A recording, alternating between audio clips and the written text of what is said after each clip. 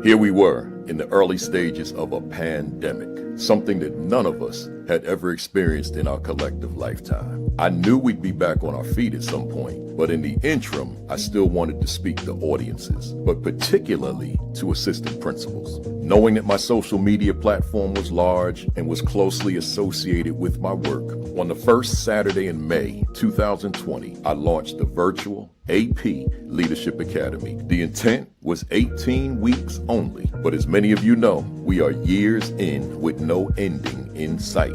We are now the AP and New Principals Academy, as many of the assistant principals from the original virtual AP Leadership Academy became principals. If you're new to the platform, welcome. If you're a leadership veteran, this platform continues to be relevant for veterans in principal leadership, assistant principal leadership, and aspiring school leaders. With that said, it's time for today's session. And we are live. Good morning. Good morning. Good morning. Good morning. Welcome to week 308 consecutively of the AP and New Principals Academy.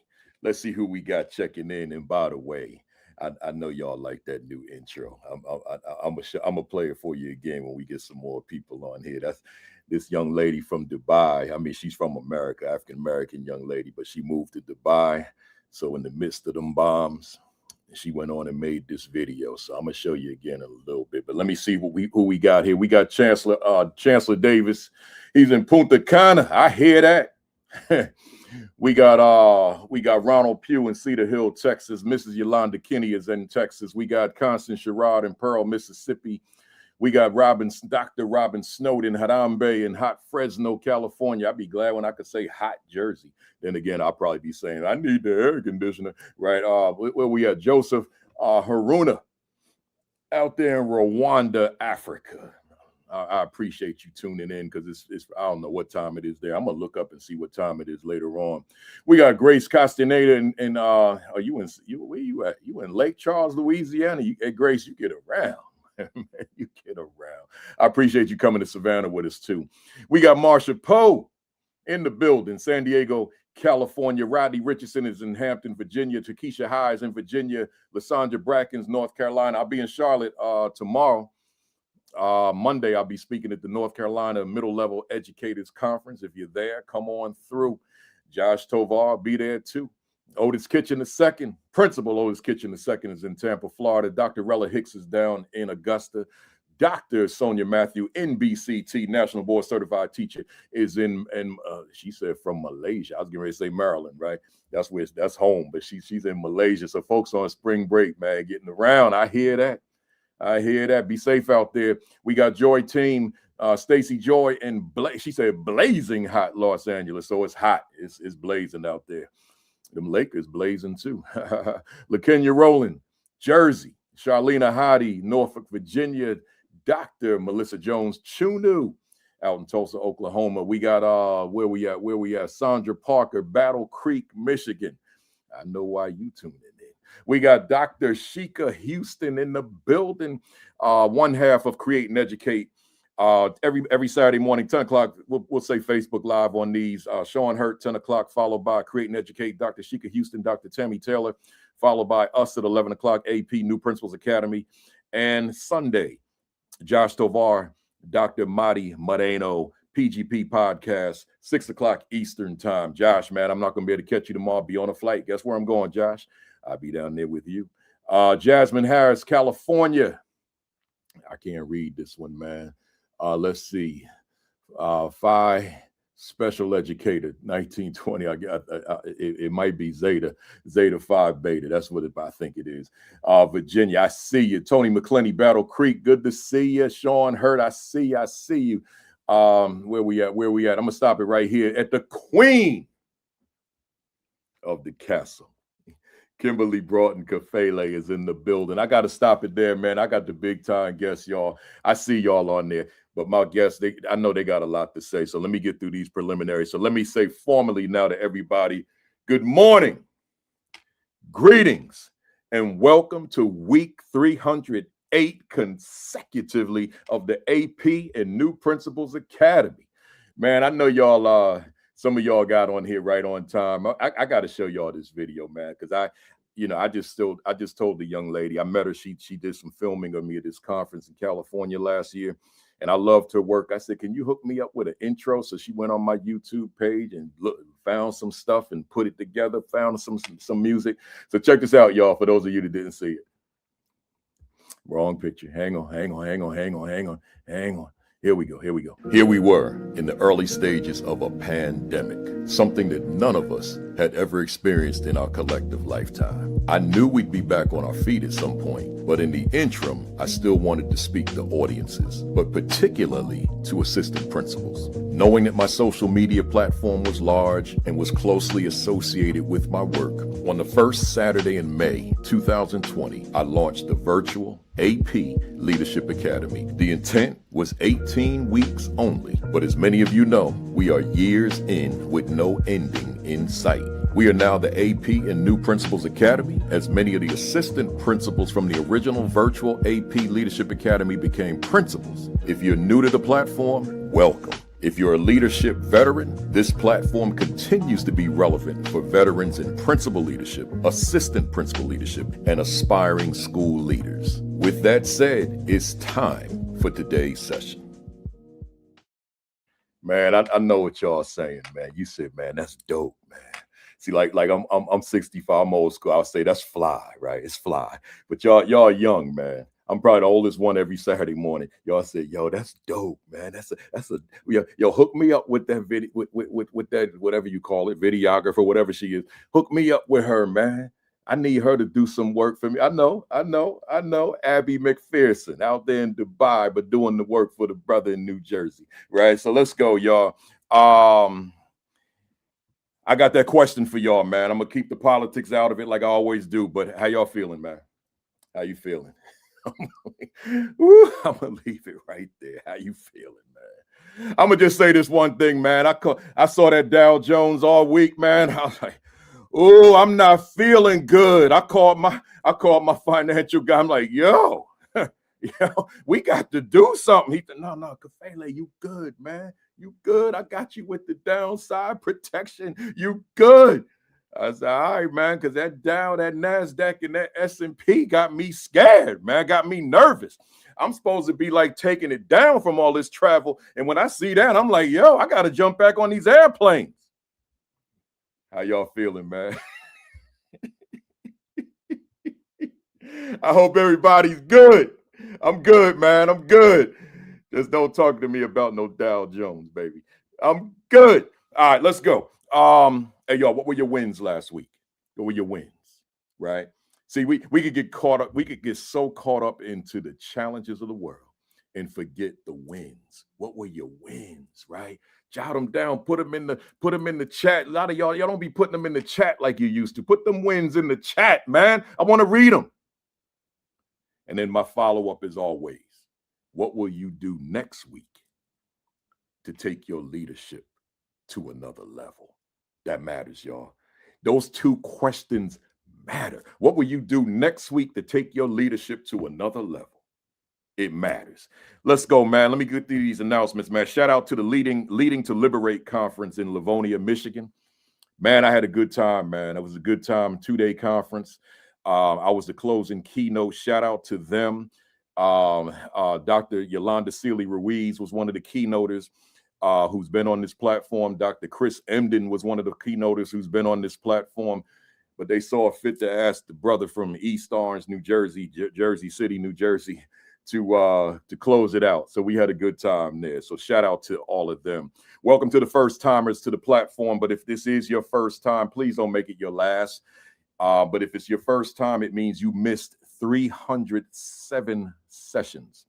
The beauty is you can see them all. Go to YouTube at AP and New Principals Academy. Again, YouTube, AP and New Principals Academy. Once again, AP and New Principals Academy. Hit the subscribe button. You will be one of 25,000, just about 100 subscribers, right? 25,100 subscribers to the channel. We can't even fit all them people in Madison Square Garden to see the New York Knicks, right? That's how many people are subscribed to this channel. So make sure that you go to the channel, hit the subscribe button, and then binge watch all 307 sessions that you missed that we've been doing for the past 307 consecutive Saturdays, which means 6 years, right? 6-year anniversary is coming up in May, by the way. Next, I gotta put this on the screen always. If you don't have your copy, what are you waiting for? This is the most important book I've ever written. I've written 14, but this is the one. I know whatever book I write later, it will not measure up to this one, because this is where the rubber meets the road. We're talking about instructional leadership. What is my value instructionally to the teachers I supervise, right? Go to Amazon right now and get yourself a copy. Do yourself a favor and elevate your instructional leadership game. Make sure you make that happen, y'all. Amazon, or you can go to ASCD, ascd.org. School Leadership Institute with Principal Kafele, July 9 and 10. Thanks to those of you who have already registered. I see you in Savannah, July 9 and 10. But if you haven't registered, then simply go to the to my website, principalkafele.com, and scroll down on the home page. Get some of this light off of me. Scroll down to the home page and then register, and we will see you. We will see you. Todd Feltman, appreciate that. And I got your email, and I just forgot to get to you because the week has been a little busy, but I got you. I got you. Next, that's it for my announcements. Let me get to this monologue, man. My monologue today is, what's the quality of the instruction in your classroom? Let me say that again. My monologue today, what's the quality of the instruction in your classrooms? Here's what I mean. I got the word "your" in capital letters, right? What is the quality of the instruction in your classrooms? You know, for Women's History Month, as you know, if you've been rocking with me all month, all of my monologues are inspired by a woman, different women in history. And today I chose Marva Collins, right? Educator Marva Collins. But I decided, instead of just jumping into the topic, I might need to make some people aware of who this woman was, because there may be some people out there that you don't know that name. So I just got a brief few sentences. Here we go. Marva Collins, 1936 to 2015, when she made her transition, was an acclaimed American educator who founded the West Side Preparatory School, a world-famous, world-renowned school in Chicago in 1975 to serve students labeled unteachable or slow, right? And those both are in quotes, unteachable or slow. Using a rigorous classical curriculum and high expectations, she successfully transformed lives in her community. She famously declined U.S. Secretary of Education offers to continue teaching. Now, check this out.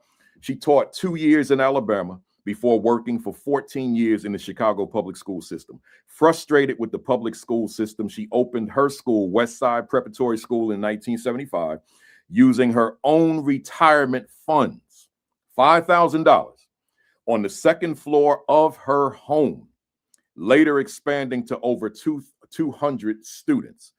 Focused on high standards, intense discipline, and positive reinforcement, often utilizing literature and poetry for all ages. And finally, her story was featured in a 1981 television movie. She trained over 100,000 teachers during her career. Now, that's just the biographical. Now I want to share with you her quote, and then I'm going to give you my thoughts, and then we jump to my guest. Here's the quote I found to be profound of hers. Marva Collins said, "The more monies we spend, the less children learn." I'm going to read that line again. The more monies we spend, the less children learn. Because the more machines we have there, the more gadgets, the more gimmicks, the less children have to really think, the less they have to use their innate abilities, their curiosity, their brains. I'm gonna leave it right there. Let me share my thoughts, y'all. When I read that for the first time earlier in the week, when I started preparing, I said, amen. And my famous word, bam. Why? Because some of y'all, you got every gadget, you got all the technology, you got the latest computers, you got everything. I understand. I understand the role it plays. But you know something? I'll debate anybody offline on this. I'm not going to do it here, but I'll debate anybody offline. The number one determinant to the success or failure of a child is the classroom teacher. Period. End of story. Drop the mic. The number one determinant of the success or failure of a child in a classroom is the classroom teacher. I don't care what technology you have, what gadgets, as she used that word, you have, what gimmicks you have in that room, you have. I can go back to my own teaching days, y'all. Of course, that was a long time ago. It was in the 90s, right? And I remember sitting in those staff meetings, and I remember almost every meeting, there's somebody griping about the fact that the copier was not working, that there was some part missing, and therefore they couldn't photograph photocopy the lessons for the week. Man, I ain't even used no copier. It was about my skill set. It was about my ability to connect with young people. It was about my ability to forge relationship. It was about my ability to differentiate instruction. That's before we were using this word equity, right? It was about who I was as a teacher. It was about my ability as a teacher. It was about my success as a teacher. That's what it was about. And I got the results. I got the receipts. And see, those young people I taught, they pop up on this thread over here on Saturday mornings, and a lot of them watch. So they could write in the thread right now, I disagree with you, Mr. Kafele, right? But now they know. So I'm saying to you, as I just reinforce what Marva Collins said, it's about you. So now let's look at you, the leader. Because it's not a teacher platform, it's a leadership platform. So as a leader, what is it about, and I'll hold the mirror up on this one, what is it about your leadership that translates into your teachers being superb at what they do outside of the technology? What is it about your leadership that ensures pedagogical growth and development of the teachers in your classrooms, in your school, that you evaluate, that you supervise? What is it about your leadership that matters? So once again, Marva Collins, she said, the more monies we spend, the less children learn. Because the more machines we have, the more gadgets, the more gimmicks, the less children have to really think, the less they have to use their innate abilities, their curiosities, their brains. And what did Dr. Carter G. Woodson say? When you control a man's thinking, you do not have to worry about his actions. You do not have to tell him not to stand here or go yonder. He will find his quote unquote proper place and stay in it. So in other words, if we ain't stretching this, that's what the teacher does. Stretch this, put stress on the muscle so that the muscle grows.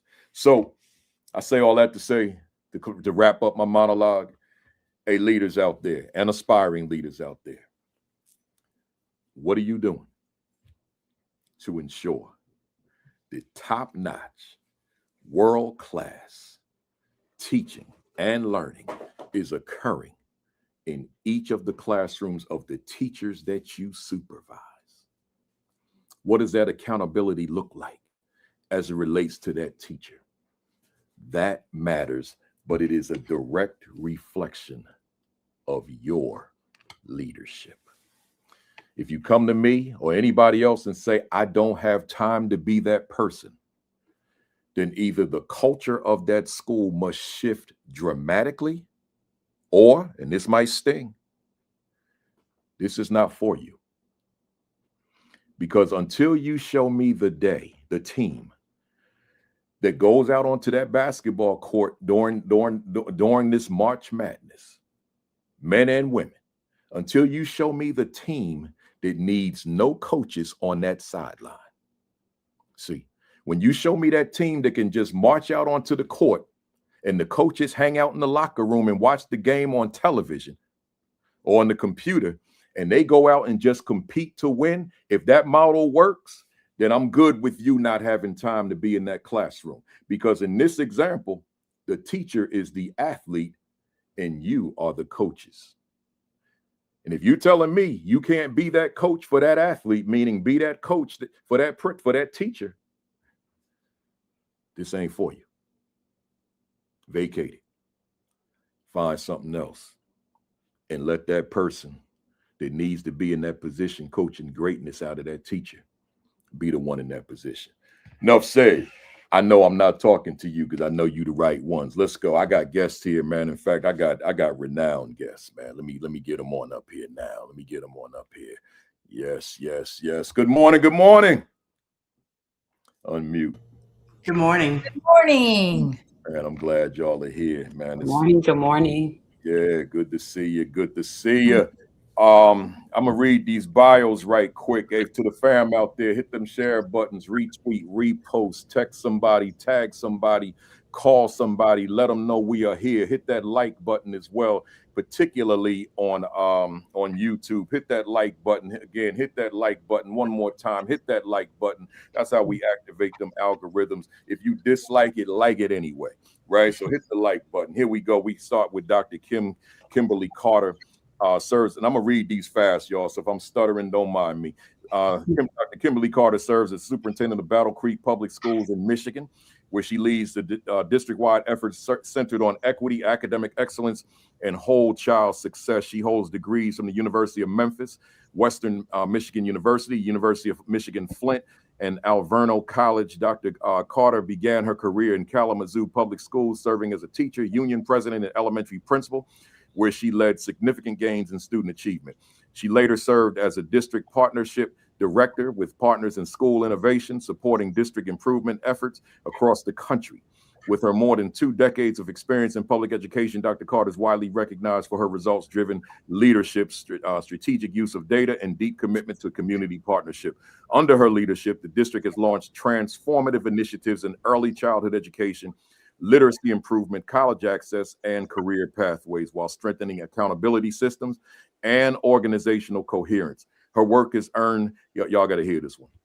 Her work has earned state and national recognition, including being named the 2026 Michigan Superintendent of the Year. I'm going to say that one again, y'all, because that's like big time, right? Including being named 2026 Michigan Superintendent of the Year, and receiving national awards that honor her impact on student outcomes, leadership for learning, and community engagement. I'm just going to clap it up for you. Oh yeah, man. That's huge. Let's go. I see my last week guest, Principal Mo, is in the building. I see you, Principal Mo. We got Dr. Tina Halliman, Superintendent of Speed. Tell me what that SEJA. I should know that by now. Special Education Joint Agreement. That's it. I forgot what that J was. All right. Of Speed, SEJA, School District 802. That's in Illinois, y'all. A special education cooperative serving 15-member districts across South Cook County, Illinois. With over 28 years of education and more than a decade of superintendent leadership, she's widely recognized for advancing innovative student-centered systems that improve outcomes for students with diverse learning needs. Under her leadership, Speed has strengthened academic programming through research-based curricula, data-driven instructional practices, and comprehensive professional learning. It builds leadership capacity across administrators, teachers, and support staff. Dr. Halliman is also a strong advocate for staff and student well-being, leading district-wide mental health and mindfulness initiatives, including the implementation of the Calm Business app to support resilience and work-life balance. Dr. Halliman's leadership extends beyond her district. She serves on the Illinois State Board of Education's Artificial Intelligence Task Force, is a trustee on the Illinois Mathematics and Science Academy Board, contributing to AI strategy and policy development, and is a board member of Infinitech, I hope I pronounced that correctly, advancing inclusive opportunities through assistive technology. She's the recipient of the 2026 Illinois Association of School Administrators Superintendent of Distinction for the South Cook region and currently serves as the president of the IASA South Cook region, the largest in the state, after 10 years of service on his executive board. I got to share a piece of that a second time, y'all. She's a recipient of the 2026, and I'm doing these because these are current, Illinois Association of School Administrators Superintendent of Distinction for the South Cook region.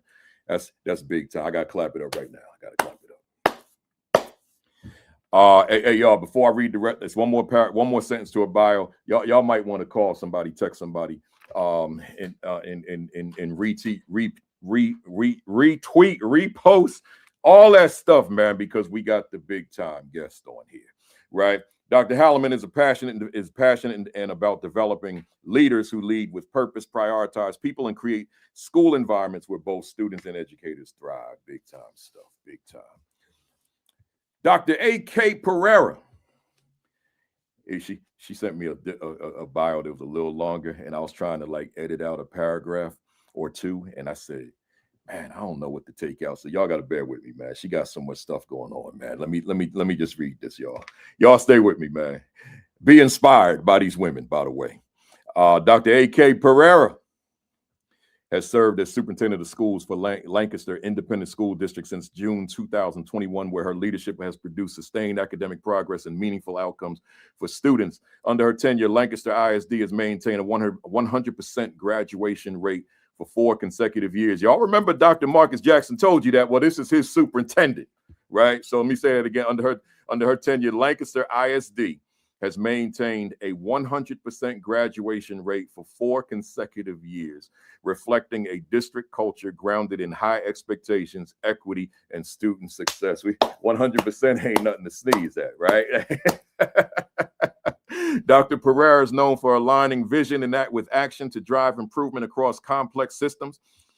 A defining example of her leadership is the transformation of the district's 6th grade STEM campus, which has experienced significant academic growth and a notable turnaround in overall performance. That same strategic approach has guided district-wide gains in reading and mathematics, the expansion of a career technical education pathways, and the strengthening of the early college program. These efforts ensure students graduate prepared for college, careers, and life beyond high school. Her focus on early learning has also helped establish one of the strongest early childhood programs in Texas, laying a foundation for long-term academic success. I ain't never clapped like this on no bios, y'all. It's jeez. I mean, I read it obviously before when I prepared, but it's just it takes on a different meaning when you're doing it live, you know. So with more than 30 years of experience in K-12 education, Dr. Perera brings deep institutional knowledge and a steady leadership presence to her role. She has served as superintendent in Oregon, Virginia, and held leadership positions at the district and national levels. Her career began as classroom teacher, and she has since served as a principal, district administrator, and national education leader. A nationally recognized advocate for equity and leadership development, Dr. Perera is the founder of the Sister Superintendents Network. Okay, now I figured it out. That's offline stuff, y'all. Sister Superintendents Network, an initiative that supports women, particularly women of color, in executive educational leadership. Man, that's big. You the founder of that. Okay. She is a frequent mentor, facilitator, and presenter at state and national conferences and remains deeply committed to expanding access, opportunity, and excellence in public education. Last paragraph, y'all. Check it out. Her leadership has earned numerous national honors, including the 2026 Texas Alliance of Black School Educators Demonstration District of the Year recognition for Lancaster ISD. This is the first, y'all. I ain't never done this. 308 sessions. I've never stopped in the middle of bios and started applauding, man. Here we go. The 2025 Josephine E. Hill Superintendent of the Year Award from the National Alliance of Black School Educators, the 2025 Elevate Her Award, and the 2024 Open Up Resources Excellence in Equity Leadership Award. It's a lot, y'all. We getting ready to get into it, fam. But before I do, I'm talking to the fam out there now. Do me a favor, y'all. Hit that share button, that retweet, that repost, text somebody, call somebody, holler at somebody. Let them know we're here, we're live, and we got a lot to talk about. I have to predict that folks are going to be better for watching this, right? So let's go. Dr. Carter, before we get into that discussion, I'm going specifically to the three of you on this one. Dr. Carter, as a leader, just as a leader, I'm detaching the rest of your life away from your leadership for the moment. As a leader, who is Dr. Kimberly Carter? Dr. Kimberly Carter is an African-American female that is standing tall for each and every student that comes across her pathway. So for me, leadership is around anchoring myself in what's best for students and making sure that they have access to the best possible trajectory that I can build for them. That's who I am as a leader. I love it. I love it. Dr. Perera, as a leader only, who is Dr. Katrise Perera? Dr. Katrise Perera is just a Creole girl from Louisiana. Grew up along the hemlines of my Creole grandmother. I learned a lot about equity and how to trim budgets and all kinds of things at that kitchen table, eating gumbo. And nonetheless, I'm just down to earth and always trying to bring people together, building capacity in others, and ensuring that they are learning, growing, and are able to impact those who they serve. Love it, love it, love it. And Dr. Tina Halliman. Yes, good morning. Morning. Who are you as a leader? My number one thing as a leader, Principal Kafele, is being a servant leader. I'm born to a family and generations of servant leaders. My mother is my role model, but she was in education for 45 years. And I say she's still in education because she's attached to my hip. All three of my sisters were in education, and my daughter is continuing that legacy. And so I've been raised and bred around women and men who are just servant leaders across the board in education field and in the social service field. And I'm determined to ensure that all students have the opportunity to learn. Love it, love it, love it. I got one more round before we get to that discussion. Dr. Carter, you started off as a classroom teacher, and you were even a union leader. Mm-hmm. What was the motivation then to become a principal, and what was the vision that you had to become a principal? We get the superintendent later on. Yeah. So I think I have to be honest and say that I just wanted to be a teacher, right? I wanted to lead from where I was in the seat that I sat. And that was just who I was and what I wanted to do. And just decided that if, as a teacher, we have to go and get additional credentials, I'm going to get my certification in leadership. Not that that was the path that I was actually looking to take. I think that for me, my path was to the principalship around having a relationship with families. And when my principal at the time left, it was the parents that I had a relationship with that said, Kim, would you please apply for the position? So at that time, it wasn't something that I just thought that was my next trajectory. Again, I truly believe that you lead from the seat that you're sitting in, and individuals will see what you have to offer and think about what you can then do differently. And so for the principalship, I was called by others to do that work. And once I sat in that seat, I realized that in that seat, I have the ability to impact more children than I could from my single classroom. Love it, love it, love it. Dr. Perera, same question. I would have to reiterate exactly what my sister soup, Dr. Carter, shared. Being a teacher, I absolutely love that job and never really wanted to come outside of that classroom. But others saw things in me that I didn't see in myself, and really inspired and motivated me to work to be able to impact more students. I mean, I was thinking about, the 87 kids I had on my roster versus an entire school and a district, etc. And so being able to serve more and ensuring that kids have access and opportunity was truly the basis of the inspiration. And that's how my mentor sold it to me, is that I'd be able to impact more. And so, of course, who can refuse an opportunity to be able to impact not just your students, but also the instructional staff on your campus as well. And so for me, it was an easy choice, even though it wasn't a choice that I would have made for myself, but it was an easy choice to be able to look for opportunities to ensure that I'm impacting more than just those I'm serving immediately in my classroom. Love it, love it, love it. Dr. Halliman, same question. Well, education was not my first career.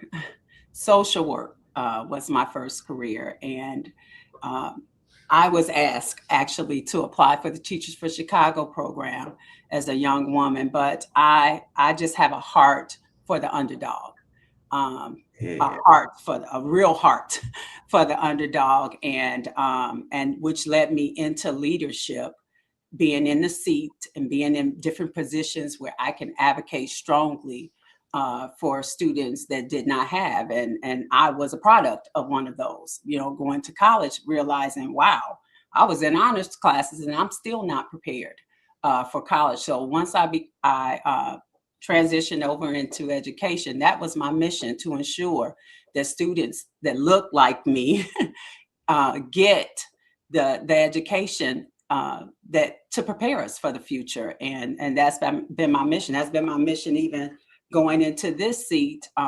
Special education actually linked very well with social work. But I became a superintendent really to ensure that special education was always at the table. And I'm still scrapping for that, even though I'm a superintendent leader in our region. I'm always looking out for the less fortunate. That's my mission. Wow, I love it. I appreciate all of that. Let's have this conversation, and we'll see how long we go before we get to the other talking points. The three of you have lived and worked in education for a long time, so you've actually witnessed evolution of this field that we're in. My question to you, and anybody jump on in here, in what ways has the preparation of the principal leadership evolved over time from your vantage point as superintendents, if at all? What are your thoughts? Yeah, I'll start. I see more of a focus on relationships and not just pedagogy. And I think that's one of the greatest tenets you can have as a leader. If you don't have relationships with your people, you're not going to be leading a building. And so not just relationships with staff members, but with families as well as your students. And in this day and age, especially since COVID came around, just the mental health well-being of the adults, because if they're not taken care of, your students won't be taken care of. And so I've seen a big change and focus on that in principal preparation programs. I love it. I'm getting ready to mess up the conversation already because I'm getting ready to interject, because I want to ask you a follow-up, but we're still staying with the same thing. What about that principle, Dr. Halliman? And when Dr. Carter and Dr. Perera jump in, y'all could jump in on all of this, right? What about the principle, Dr. Halliman, that is so adept, so proficient in the relationship aspect of the leadership? Like they're beloved by the community. Their relationships with parents are super strong. They're beloved by the student body, but the pedagogical part, the instructional part of their leadership is lacking. Yes. What are your thoughts about that one? I can work with that type of a leader. I can't teach the relationship building. Mm-hmm. I can't teach you how to have a down-to-earth conversation, be honest, be compassionate with your staff members. I surely can help you with the pedagogy. And that is where our adult professional learning is so key, and using looking at that, even from my seat, like, what do my leaders need? Just like we would look at our staff members, what do they need on to our students? What do they need to move them to the next level? I would love a principal or an assistant principal, any of my leaders in that seat. I teach them now. It's a difference between a character trait and a technical trait. And that pedagogy falls into the technical trait. And I can always get you assistance with that. Character, I cannot teach. Yeah, So. I love it. I appreciate that. Anybody jump on in here? Yeah, I would agree. Definitely, you can't really teach that kind of thing, and so that relationship piece is definitely a necessity for effective leadership. I would say that, once upon a time it was this whole authoritative piece, and now it's more the collaborative, where you're having to ensure that you're inclusive of others and ensure that everyone has a voice at that table. You can't teach the piece of building relationships, though. That's really hard. I mean, you can give people the recipe, but they may not have the right mix in order to make that happen. And so that I'm like my sister. I'm more than willing, just as I was as a coach. I love a hustle player. You can't teach hustle. You teach all the other skills. And so that relationship piece is so key in ensuring that you keep progressive movement in your instructional pieces. But I'd also say, if you are that principal that has that relationship piece and don't really necessarily have all the instructional pedagogy, if you will, I would say you need to learn to bring people on with you that can. That's why I believe that all leaders have to know themselves. You have to really do a really good reflective piece on your individual self and be able to know where your strengths are and where your weaknesses are. And that's how you build your team. You build people who know areas in which you are weak in. And if I am good at nothing else as a leader, I am good at that. I feel like that has served me well everywhere I've been. I've been blessed to be able to come across great educators who come in and fill those gaps where one, not necessarily always weak, but where I can't really focus on, but I know that they can. And I have a very strong deputy superintendent right now, Dr. Cassandra Barker, who is a superstar in that area, and she handles that house. But I also, as the leader, have to ensure that she has the authority to do those things and the flexibility. And so give her the task, give her the vision and the mission. She takes the task and the details and does great wonders with that, with my team. Love it, love it, love it. Go on, jump on in here, Dr. Carter. Yeah, I was just thinking about the fact that you asked what has changed for leaders. And I think what's really important to understand is that they have a lot on their plate right now. And so I don't ever want leaders to think that they have to do it alone. And so it's really important to make sure that you have a network and that you have coaches that are there to help you really think through in the moment and stop and pause sometimes. And so you talk a lot about mirrors, and in my district, we talk about mirror work versus window work. And leaders today have to do a lot more mirror work than they do window work. And so looking out the window is not as important as looking in the mirror to understand what is it about me that I have to shift in order to get the results that I'm hoping to get. Yeah.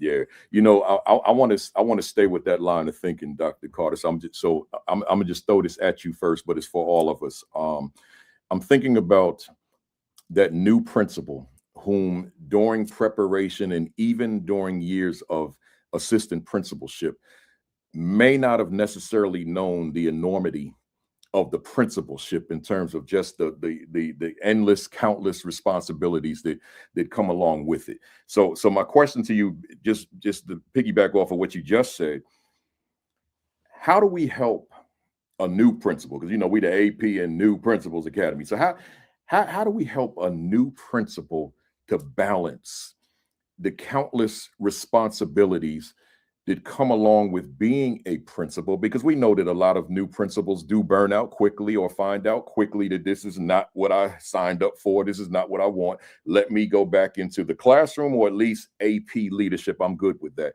How do we help them to balance all that? So as I said, coaching matters, but in line with that coaching is helping leaders understand that they have to marshal their resources. You do not have to lead alone. There are a lot of individuals on your team. You need to be able to leverage the amazing teachers that are on your staff. You need to leverage whatever support staff you have with them. And so for us as superintendents and central office leaders, our job is to help them marshal their resources in a way that creates the balance necessary to move the needle and stay focused on children. So when you feel overwhelmed, you have to remember your why. I am doing this not for the adults. I am not doing this for all of the accolades. I'm doing this to save children's lives. And when you stay focused on that, you'll remember your why and begin to balance your needs. So. Love it. Love it. Anybody else want to jump in on that one? I'll go in. I wholeheartedly agree with Dr. Carter on that. One of our tenets in our leadership team, is we are only as good as our weakest link.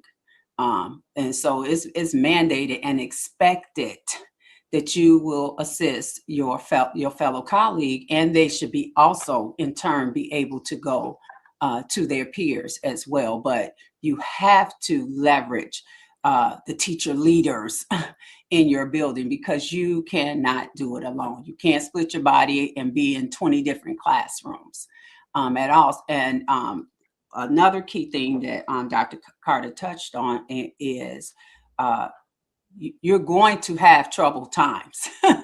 So falling back on that, what is my why? Why am I here? And keeping that focus on our special product, which is our students.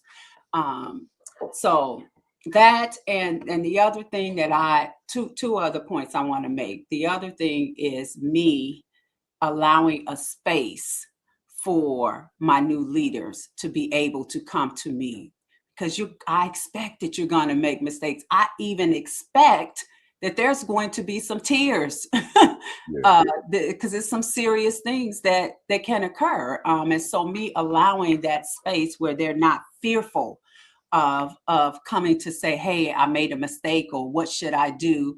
And me also recognizing I'm still the superintendent. So even though I create that space, there's still may be times where they're afraid to even come to me. And so I solicit some of my peers in other districts. Hey, I need you to support this principal for me, because there are some things that this person is not going to tell me that they will tell you.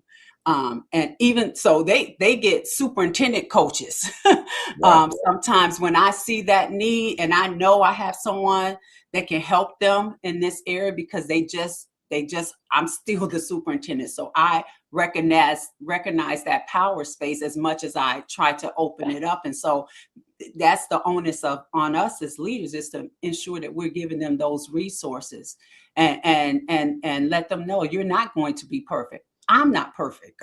I'm still making mistakes and learning from my mistakes. So I think that's what we do as leaders to help those year 1, year 2, year 3 administrators. Yeah. And I'll just wrap it up in a neat little box and just say, like, in order, I think, to help balance, I would say it's a multifaceted approach, right? That includes, as my sisters have said, mentoring, even some time management in there, because that becomes, what's a priority, right? The collaboration of others, and also tapping into that network where you can obtain those resources so that you can lead effectively. But I think one of the most important things with leadership is ensuring that you find opportunities for self-care as well. Because if you're not healthy enough to keep yourself together, you're not going to be effective in your leadership. So I think those things can empower any leader, not just a new principal, but new in any role in education. Those things really do help. Yeah, they do. During my monologue, I talked about that team that's on the court, the field, the diamond, the ice, without any coaching. Right, they're just out there competing. I want to look at the coaches in this next go around, this next question. We know, those of you, Dr. Perera has an extensive athletic background, and I never taught. Dr. Halliman, I think you do too. And then I don't know if Dr. Carter does or not, but we all know sports. So you know that coaches spend a lot of time collaborating without the athletes being present, right? It's just, particularly you think about the NFL, they'll spend almost an entire the equivalent of a work week of the average person, just them studying film, collaborating, all sorts of stuff where the athletes are not present. So I'm asking the question as it relates to that: how do we go about getting building level leadership teams to understand the significance of the team relative to how they collaborate with one another, as opposed to operating as these separate and distinct individuals in a building, right? I get to see both worlds. I get to see those teams that do in fact come together and work, collaborate, but I also get to see those teams where it's really not a team. It's just a group of administrators working in the same building. What are your thoughts on that? Anybody? Well, I think any athlete knows that the importance of collaboration, because there's no real sport that you can do on your own that you can achieve. Even if you're playing in a solo sport like a tennis, or running a sprint and track or something of that nature, there's always someone there that's collaborating with you in order to make those things happen. And so being a former athlete allows me to hone into a lot of those leadership skills that, again, I learned on the court or from the bench and whatever part I was playing, the role I was playing at that moment. But that whole collaboration pieces, and I will tell you myself as a leader and with my team, if you look around my cabinet, my C-suite folks, the majority of them are former athletes, or as we like to call ourselves, afterletes. So, I know once you taste that winning, no matter what level it is, you're going to always want to win. And so I wouldn't say I'm deliberate at selecting leaders who have athletic backgrounds, but I promise you, it just happens to be that way most times when I'm selecting leaders who make that connection. But also I know that good athletes are also resilient, right? And then leadership, and then the change and the moving and the shifting that goes on and the different challenges, athletes who become leaders, I think also are resilient to some of those things, and they're proactive in order to build, so they are not necessarily always dealing with those things. Again, you want to make sure that you're able to study the game, watch the game, build as well. And the same thing happens in leadership.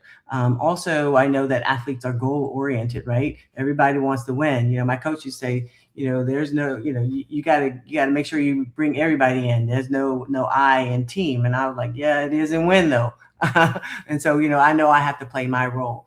Also, the communication skills are also very critical when you're on the court, on the field, whatever it is, but also in leadership. So a lot of leadership skills for me, I learned, again, on the sidelines, on the courts, even from the bench, or as I like to call myself from college, I was a training room All-American because I stayed on the injured reserve list. But again, that helped me build up a level of resilience and get over situations and look at which ways I can actually contribute without being on the court to the team. And so those things are all important, and they're also important in leadership. And then lastly, I'll say just that whole self-discipline. Athletes often develop that strong sense of self-discipline. And to be a part of a championship team, you have to be disciplined. Got to be disciplined. Yes, sir. Yeah, good stuff. Anybody else want to jump in? Yeah, I just wanted to add that as you were talking about collaboration, it's important also at multiple levels, right? And so you've got to collaborate within your school building and outside of your school building at the same time, because collaboration increases brain power. It really diverse perspectives, bringing those to the table increases your problem solving ability. And so, yes, as coaches, we might sit outside the game for a while. We are in the office for a moment, putting together the plays, but we don't always know exactly what it takes to implement and execute those plays in the field.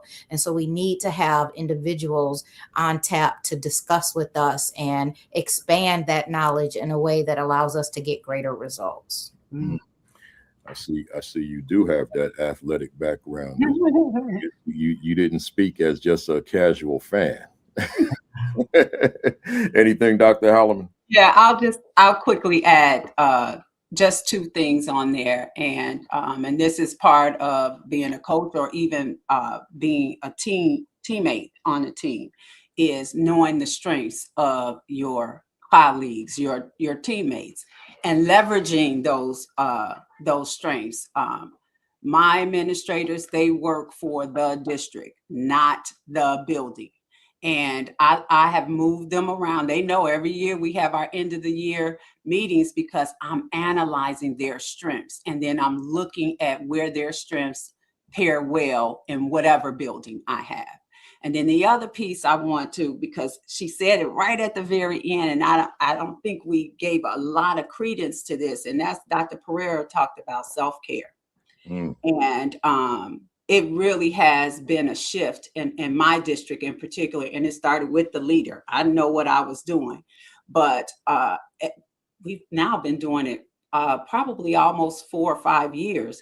But at the beginning of every leadership meeting I have, our team meditates.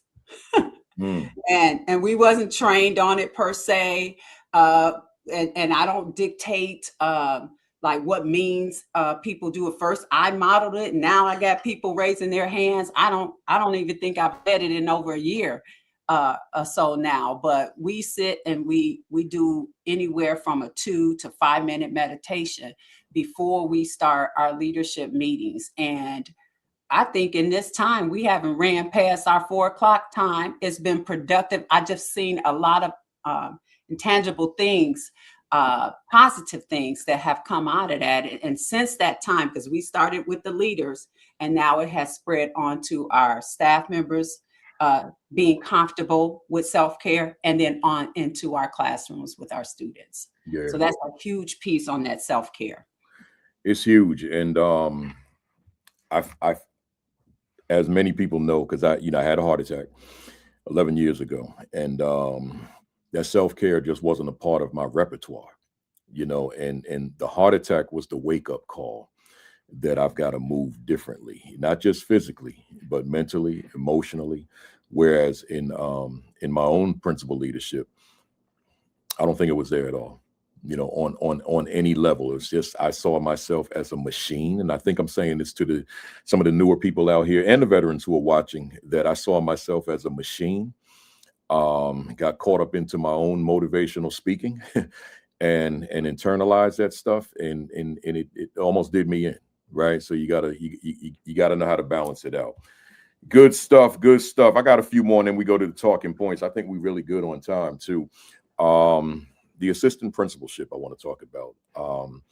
As many know, I call it the most misunderstood and underutilized position in all of education, for a multiplicity of reasons. My question to you: how do we ensure that not only principals are doing their part, playing their part in growing, nurturing, developing assistant principals, but understand how to go about developing, growing, nurturing, cultivating their assistant principals? Obviously, those who have assistant principals. What are your thoughts? I'll jump in here. I think one of the first things that to cultivate that marriage between the principal and the assistant principal is you got to be able to communicate. That's at the core. Anytime there are issues where I've had to step in, the underlining core is communication. And so one of the things that we've done around here is I carry this into any district that I go to, is it could be any software, but I use the DISC model, where you are learning about yourself, learning how you communicate, and then learning other communication and leadership styles. Because things move so fast, and in particular when you're working in special education, when things could just happen impulsively, I need to know how to directly get to my counterpart. And if that means I have to change my communication style into what their communication style is, so that I know that they're understanding and we can quickly communicate, I do that. And so we've used the DISC model here, where yes, okay, now you find out about yourself, but more importantly, we're past that stage. I already know I'm dominant. I already know that. How do I interact with the I person or the S person or the C person? And we have a Venn diagram where our leaders are plotted on that. So when I know I have to have what I call a courageous conversation with one of my administrators, one of the first things I'm looking at is where do they fall on this DISC model? So I know what tools I need to bring so that we can have an in-depth conversation. So that communication to me is the key. You can't go any further without that communication, and it has to be constant communication. I don't even know how you can make it on just having a weekly meeting with each other. It has to be every day at minimum, but multiple times a day. Otherwise, things will break down in your program. All right, I agree with you wholeheartedly. Anybody else want to jump in here? Yeah, I wanted to jump in because, as she said, it has to be intentional, right? And so when you have assistant principals and a principal relationship, it is not happenstance. It can't be something that is not intentionally designed for, because to the point, communication is really, really critical. And so I call it the discipline download. And so every week there is a disciplined download of things that are important for both of those leaders to know and understand about the running of that school and the day-to-day operations. And then also being intentional about making sure that that discipline download is around instruction. Oftentimes we're talking about management, priorities, operations, but we have to center instruction because that is where the needle changes things for kids and outcomes. And a lot of times APs are sidelined to really think about what are we doing to respond to parent complaints, discipline issues, but they have to be included in the instructional decision-making and design. And again, it just must be intentional. Must be intentional. Dr. Perera, had you heard the question? Yes, sir, I did. And sorry, thank you for understanding. Yeah. I'll just add one quick thing to that, or two actually, that I obviously will reiterate what my sister soups have shared, but also that empowering decision making, as Dr. Carter was speaking of. I find that is usually a weak point in scenarios because within schools, and I think ensuring that they have opportunities to be involved in key decision making, not just an area about discipline, but about school policies, about curriculum itself, and most definitely about community engagement. I think that leader has that ultimate responsibility to ensure that those things occur, and ensuring that you don't have an assistant principal, but you have an inspiring principal, and you have to ensure that person gets what they need in order to be successful. To me, I always saw it as that's my legacy too, right? And so if I don't prepare them well to take over of their own building or the building where we're serving when I leave, that's my fault. And so again, you're preparing an aspiring principal, not just an assistant principal. They're not there to just assist, but they're there to also learn and to ensure that they are well prepared when they get into the seat as well. So to stay with the same question, there's got to be somebody on the thread now, or on the other side of the camera now, who's not necessarily on the thread, or someone who will see this as a video later on in the week, who's saying, I love everything I hear about this. This is an assistant principal. I love everything I hear, but my reality is that I'm full-time non-instructional. I handle a great deal of discipline and other ancillary duties that have nothing to do with why I became an assistant principal. So to stay consistent with the question, through the lens of a superintendent of schools, how do we ensure that this person, this AP, who I'm confident is on here right now, right? This AP can transition out of being that doing all that secondary stuff and being that person that effectuates growth, pedagogical growth and development in a classroom? What are your thoughts through your lens? Anybody? Well, through my lens as a superintendent, I would tell you that we have to have those intentional programs within our district ourselves. For me, I'm a strong believer in growing your own, and that doesn't just mean the instructional staff, but that also means the leadership as well. And so there are monthly opportunities for our folks in order to learn and grow as well. But we also lean in really heavily on that building principle, that is a responsibility of theirs as well. I encourage that reflective feedback for each other, and also encourage our assistant principal to, hey, advocate for yourself, what you need to know. You have to always be, as you talk about, Principal Kafele, about that mirror, right? Reflecting on oneself. You got to spend some time doing that and reflecting. You got to spend some time watching that game film and knowing and looking at your stats and statistics and data and to ensure that you can get better. If you don't advocate for yourself, don't expect anybody else to. Good stuff. Good stuff. Anybody else? I concur with that. And again, it's down to that communication piece, that aspiring principal. I like that instead of the assistant principal. That aspiring principal have to advocate, and they are on the other side of this camera. I never get an opportunity to do that. So I would lean heavily on my principal, because if it's to that point, then it may need to be more formative. That this aspiring principal is getting that experience, meaning that, hey, I'm going to take over as the principal, I'm going to take over your duties on Tuesdays from this time to this time, because I want you out in the classrooms.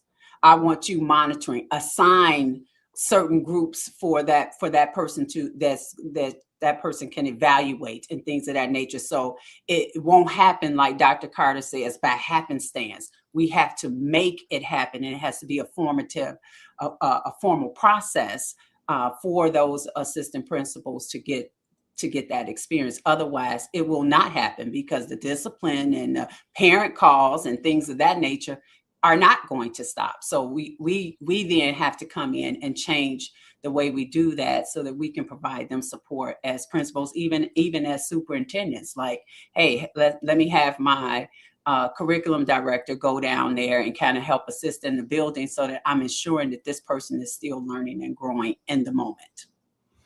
I like when you said a formal process. What I'm hearing is an intentionality to make that change. Good stuff. Dr. Carter, I see you unmuted. Go ahead. I just want to end with, but don't wait on other people to give you what you need. And so what's really, really critical is that you make time and take time to learn on your own and get into the spaces that you need to develop in. Love it. I'm thinking, as you said, Dr. Perera, not assistant principal, but aspiring principal. I'm thinking about that assistant principal that has no intentions on becoming a principal. Like they'll tell you, I don't want to be that. I want to be number 2. What are your thoughts on that mindset as it relates to the aspiring versus assistant comment that you made? And I would tell you they're in the wrong field. Oh, I'm just going to say that. That's not, to me, that's saying you don't want to grow. And I can do one of two things. I can help you out, or I can help you out. One or the other. Right. So I can help you get better, grow, and do well, or I can help you out, because I want people in those positions that aspire to be at that next level. I want my entire cabinet to want my job. I really do. And if you just want to sit in your comfort zone, I'm not here to make you comfortable. So, I don't really have anything else other than to say that I can help you out, or I can help you out. You choose. I love it, because if that person aspires to stay there, that means that's a permanent spot that will never open up, right? Yeah. Not under my watch. Sorry. I would say also, to add to that, I tell my assistant principals, you are the principal. Because when my principal is absent, whatever the principal duties were, I expect that you know that. Yeah. My C-suite, they know how to run my district in my absence. And that's the expectation. So I would not even entertain a thought of, I don't want to be a principal. You are a principal. You're operating in that role, and I expect that. Talk to us, and I'm almost done, and we transition, but talk to us about two things: being women in leadership, but also being Black women in leadership. Is there anything that someone on the call needs to hear from you about being able to maneuver as a woman of color, as a Black woman? I'm going to start that. I may come back, but this is the first thing. Being a leader since being in district office since 2006. You have to have your outside network. You cannot do this by yourself. So hence our female group or WhatsApp that we have, that's a form. But I also have my sister soups that I meet with here on my own. And that is the place where you can let your guard down, say what you're afraid of, say what you don't think you know. You cannot make it without that outside assistance. So it's in particular for Black women, because we come up against a lot more known and overt and covert things in our leadership that you won't survive without that support. And to me, that's my secret weapon. I have my family base. You hear the educational experience in my family base. My mother was a superintendent secretary for her last 20 or so years. That's that's my ace right there, because she's seen it all. So if you don't have that, and then and even beyond that, for me, and I'll tell others, both male and female African Americans in this role, you have to have a faith foundation. Because otherwise, again, you will not survive, or you'll be on the other side, which the dark side is what I call it, and you don't want to be on that side. And so you have to be willing. I have a very deep line. These are my morals. These are my goals. And if I'm in a district or that are not like leaning towards that, I am A-okay moving somewhere else God is leading me to. So you have to know yourself, you have to know your why, but also have your network outside of your job. That was powerful. Just before the two of you go, I don't want anyone to miss this, what you said. Just talk briefly about that whole collaboration between your mom and you on the job. I'm going to say just this week, she probably has worked in more educational spaces than I have. We just hosted our superintendent's conference. You were a speaker one year, Dr. Kafele. And so we do a parent conference on top of that. My mother is known across this space, and so it was ingrained in us from little kids. We used to play boardroom when I was 5, 6 years old, because that's all I knew. And she started out as a part-time secretary in that district, first minority secretary, and moved her way all up to the district office, worked every position there, and then the superintendent secretary. And my first superintendency, they hired me in my district because I was determined to go back to the district where I did not get from, did not receive from. And she was the boss. She was my secretary my first year as a superintendency. So, and it's not just for my sister, and I have a sister that's a superintendent too, but all the superintendents use my mother around here. Hey, call mom. Hey, if they invite us somewhere, bring your mother. So that's our secret weapon out here for all of our African American superintendents and leaders. She just stays with us. She's seen the behind the scenes, And she gives me, she gives us that knowledge that's not in books. That is my, it's not a secret anymore, but that's my secret weapon there. Love it, love it, love it. I appreciate you sharing that. Anybody jump on in here? Yes. Listen, we're all serving in roles that were not created for us, much less for us to be successful in.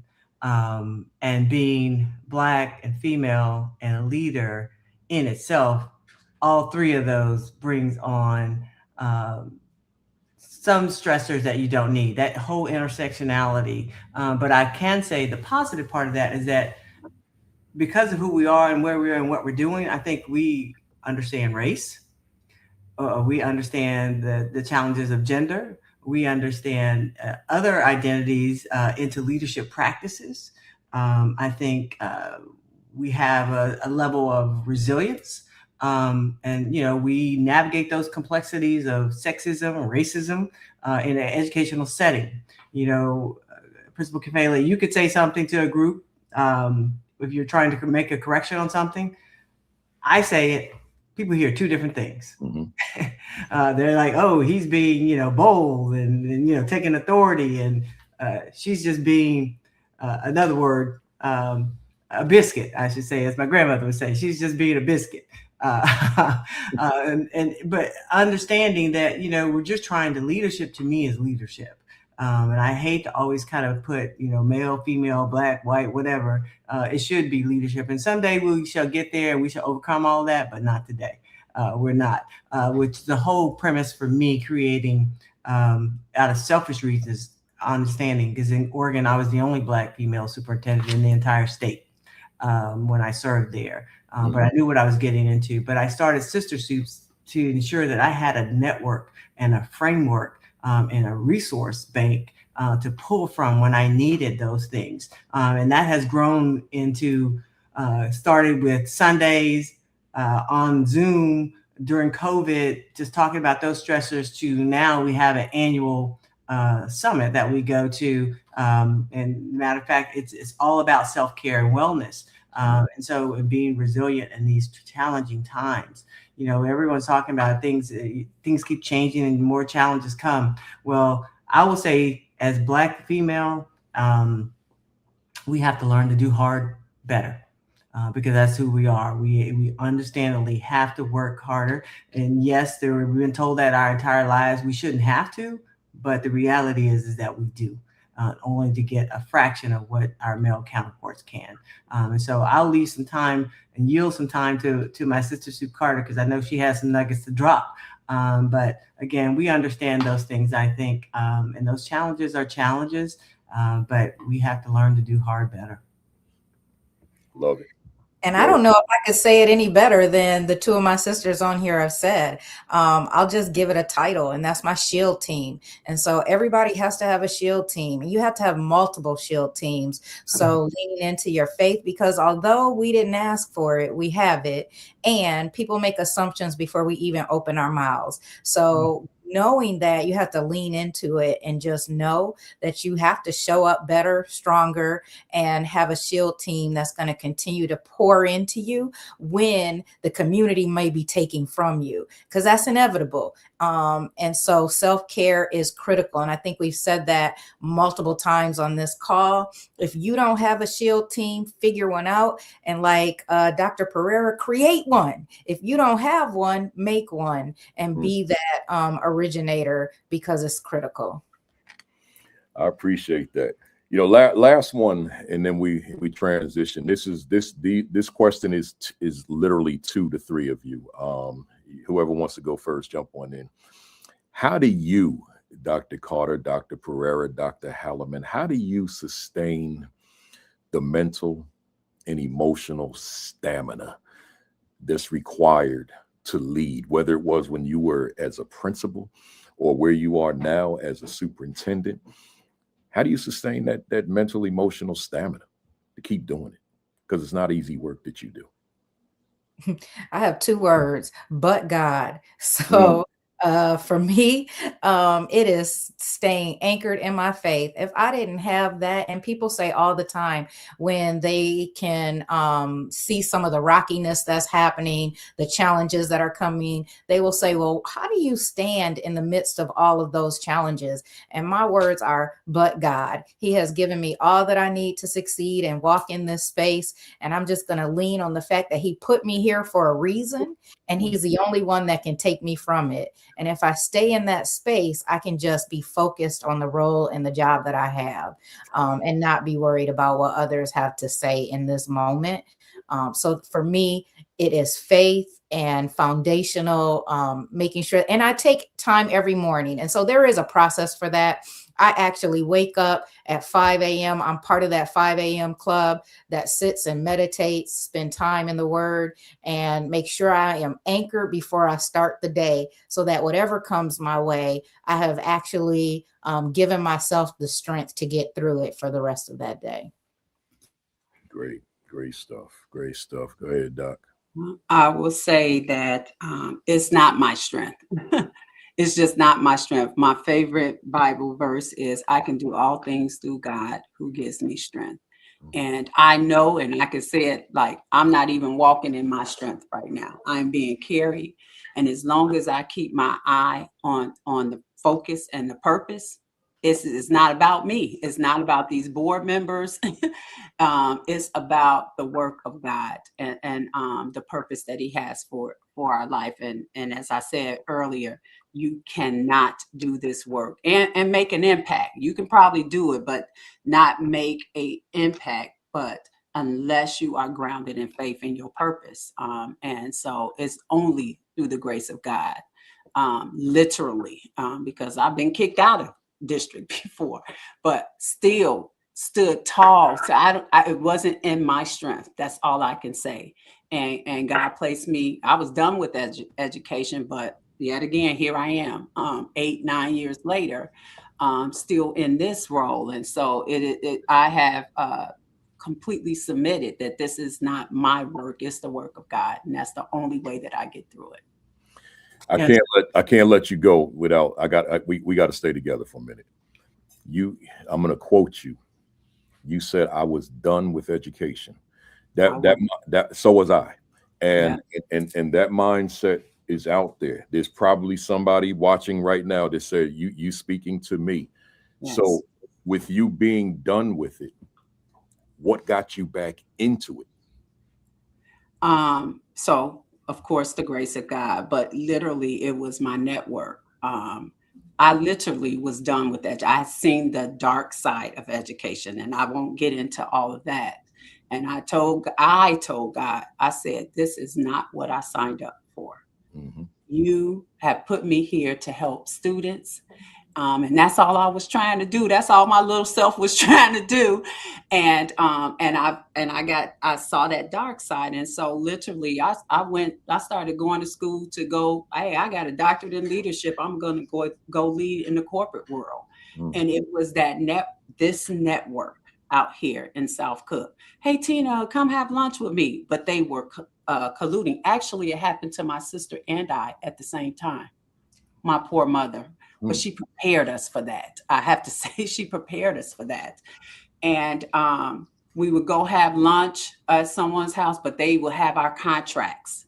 And they would say, hey, this is what's going to be the next step. It was that network and the people, just phone calls that came out the blue. But I literally was done. And I kind of got tricked into applying for the position that I'm in now.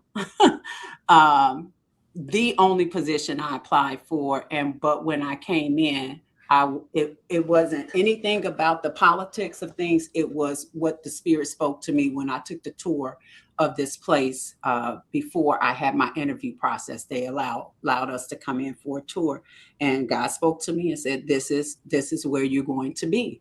And I said, "Well, I talk to God like this: if you bring me to it, you'll bring me through it." And I'm still here until he decides he wants me somewhere else. But I literally, I told God, nobody else, I'm done with education. This is not what I signed up for. And so that's just a small snippet of my story. But That's how I'm back here. No, And I do that. I appreciate you sharing that, because trust me, I've been sitting here behind this camera, in front of this camera for 308 weeks. And I know that there are folks at 308 consecutive Saturdays, right? And I know there are folks on the other side who share in that sentiment that I'm done with this. This is a bit much. I did not sign up for this. And they need to hear from somebody who had that mindset, but then came on back and doing it at a high level, right? That's the inspiration. That's why we do this every Saturday. I appreciate that. Go ahead, Doc. Yeah, so I was going to say, I too had at one point in my career where I thought I was done with education. A little situation that happened in my first district where I was superintendent in Virginia. I ended up having to have security because I'm trying to help kids. At least in my mind, that's how I saw it, that people in the community saw something, different, whatever. And I thought I was done. But I will say to you that, again, I leaned into my faith and my network, and really my own personal children who told me, Mom, this is what you should be doing. Don't allow people to dictate. And when my kids told me that, I was like, okay, I've got to hunker down and do something different. And so I tried to regather myself and was able to come back to the leadership role in public education, because I did leave and I went to McGraw-Hill for about 1.5 years. But the kids, I miss the kids. And so anytime I'm having any trouble with anyone, I remember I have to go back to my why and why I do this. What's my center? What's my anchor in this work? And it is on behalf of kids. But in the moment, sometimes when you're in those stressors, I use a little technique, not something theorized or research-based, whatever. I just use these things where I kind of refocus myself. You could be screaming your head off on me. My mind is somewhere else. Because what I'm trying to do is recenter myself so I don't match your energy. Because I can go there, but because I have a title and some degrees, people feel like that they could just say anything to me. But I use this technique I call it my 3-3-3 rule, right? I'll look around and see if I can see 3 things in my head. It's a color, it's an object, it could be something I'm observing, whatever it is. But in my mind, I'm listening to my mind saying, oh, that's a basketball. Oh, that color is orange. Or she's sitting there. I love her shirt. You can be talking to me. I'm not ignoring you, but I'm trying to recenter myself. The second one is, I try to listen for things that are happening around me, right? It could be birds chirping. I heard a woodpecker outside of my window here a few times this morning. Again, just listening to what's around me. And then I try to move a part of my body, whether it's twitching my leg, my feet, whatever it is, wrenching my hands together. Again, those 3 things I do. So I try to look around, I listen to things, and I also move a part of my body. And that kind of helps keep me centered and refocused and being able to listen to you truly. And people say, well, how are you doing that? And you're listening to someone. I'm a mother of twins. God knew what he was doing. And so I can, and as a woman by nature, I can do multiple things at one time. Not always effectively at all, but I could do multiple things because I've had to and I have to. But again, for me, it's about remembering that why. And so I do those things, but really this core of it is, why am I in this work? And I'm not here for that person who's, off on a tangent, or the energy level is somewhat toxic. I'm here for the kids that I serve. And so I try to remember that, and I keep myself grounded in that as well by every week on my schedule. I clear my schedule on Wednesdays, and that's where you can find me, as in a classroom in a school within my district. You've had those 300 plus consecutive days for this is my 14th year, if you will, as a superintendent. Every Wednesday, I'm in a classroom somewhere in my district, serving kids, keeping myself centered as to what I do and how I serve. Because I'm there to know what's going on as well. How do you know what's going on if you're not out there? That's right. I absolutely love and adore the kids that I serve. Wow, solid, strong stuff. Let's transition. to those talking points you sent. To the fam out there, do me a favor, y'all. Hit that share button, hit that retweet, repost, text somebody, call somebody, holler at somebody, hit that like button, hit those Facebook leadership groups up. Let them know we're still here. We're still here. Let them know. For those of you who are new to the platform, I always ask my guests to send me something that they're passionate about. So it's not just them responding to my questions, which typically are things I'm passionate about relative to their backgrounds. And they sent me some things. So let's jump into it. This was yourself, Dr. Perera. And I want to read it to the fam. Knowing thyself, effective leadership begins with knowing yourself, understanding your purpose, values, and voice, so you can lead with authenticity and clarity. I know that we touched on some of that, but tell us what you're saying. And by the way, the two of you can chime in on it when she finishes if you want to.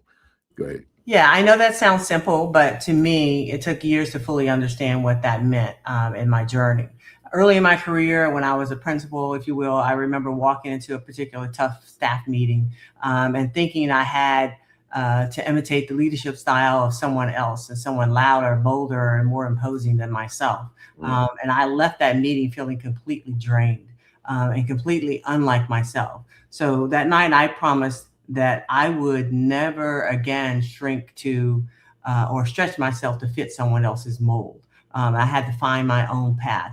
And from that point on, I wanted to lead with authenticity and authentically. And I've carried that lesson with me throughout every role I've ever served in education, including from a teacher, although I didn't really necessarily have that mindset then, but especially in leadership roles as a principal and superintendent in 3 different states. For me, it's important that I lead with authenticity. I have to be myself. And those who know me know that I'm as real as I can get. I don't know how to be anybody else. So what else to be than knowing thyself and being authentic? You know, the when you think about ancient Kemet, which we know is Egypt, it's inscribed on one of the walls. It says, "Know thyself." And we've said in the African American community forever that, for me, and I'm gonna speak for me personally now, the biggest challenge I think that we face as it relates to African American children, in particular in schools, is their lack of ability to answer that question, who are you? And when I say that, I mean in terms of who are you historically and culturally speaking? Who are you, right? How far back can you go? And I've said it since 1984 when I came into my own consciousness. When the children can answer that question, game over. We're done. We can now do the work. But we've got so me as a teacher, that was at the core of everything I did in that classroom. As a principal, it was at the core of everything I did with my teachers, what I did with my students. You got to know self, but I'm taking it beyond the individual self. I'm going back to the historical, cultural self, so that I can in turn juxtapose that with who I am historically, right? And it worked for me because it made common sense. So when I saw this, when you sent me the notes, I said, there it is, knowing thyself. I remember, and I promise I'm gonna shut up because it ain't my show, it's yours. But I remember when I first broke away from my principalship to do this speaking full time. And it took me a while to walk into my own voice, because I was trying to be what the world would expect of a speaker, if that makes sense to you, as opposed to walking in these rooms and just being me and letting the chips fall as they may. Even wearing these Negro League baseball jerseys every Saturday morning, like some people wouldn't do that, right? But I said, no, I'm going to rep that history every Saturday morning, right? And if that costs me business, we good, right? So, so that know that I guess I'm doing this sermon just to say that I'm with you, that whether it be the individual or the collective, young people got to know, like, who is that? And so many of us don't, but adults as well. They don't know self. And it's hard to move to maximize one's potential when I'm not clearly in touch and in tune with who I am. That matters, but that's a whole other topic, right? So I ain't gonna go any further. Anybody else want to chime in on that one? We good. Let's go to that next one. Y'all got stamina? You still good? All right, here we go. I tell you, these sessions are long. This was Dr. Carter. It says the effectiveness of a school is directly tied to the effectiveness of its principal. Oh my God, that's a whole 5-hour workshop. Go ahead. What you got to say? That's it right there. That's mic drop. Yeah. Again, that's really about the mirror work, right? So that when things are not going right in your building or under your leadership, you got to think about what in my actions are causing the system to be perfectly designed to get the results that it's getting. And so if people are not feeling good about being in the space, then you've got to ask yourself, as the leader of that space, what can I do more, better, or different to improve the relationships that are occurring? How can I show up in a way that models on a regular basis what it looks like to be successful in this space? The effectiveness of a school and the effectiveness of that principal are really about where is your focus anchored? What are your priorities? All of that you can see in the principal leadership. And so I think what I've noticed as the times have shifted is that oftentimes I'm seeing principals begin to lead in fear of whether or not teachers are going to leave, fear of whether or not somebody's going to say something on social media. That goes back to what Dr. Perera said, know yourself. Because in the public education, people believe they have public permission to tell you who you are. And in the absence of not knowing who you are always going to have somebody trying to throw you off your game. So back to the effectiveness of a school is directly tied to the effectiveness of its principal. You are the leader. And so you set the stage for what happens under your watch. Yeah, you set the stage. Principal leadership is everything. I always say the culture of a school is a direct reflection of the leadership of that building. Anybody else want to chime in on that one? Or are we good? All right, let's go. Dr. Halliman said leadership identity. The most effective principles lead from a place of purpose and clarity. When you know your why, your decisions, your culture, and your impact become aligned. Love it. Floor is yours. And it's exactly what my sisters just said. It's all about you. You carry that mirror, Principal Kafele. I'm looking at, we do a theme every year in our district. In my very first year, our theme was transformation begins with you. At that time, I primarily had it as our theme because when I first got here, everyone wanted to tell me about Susie down the hall. So I modeled this theme of transformation begins with you. Let's start talking about you. Why are you here? What are you doing to not only better students and the families, but to better yourself? And to do that, you have to know yourself.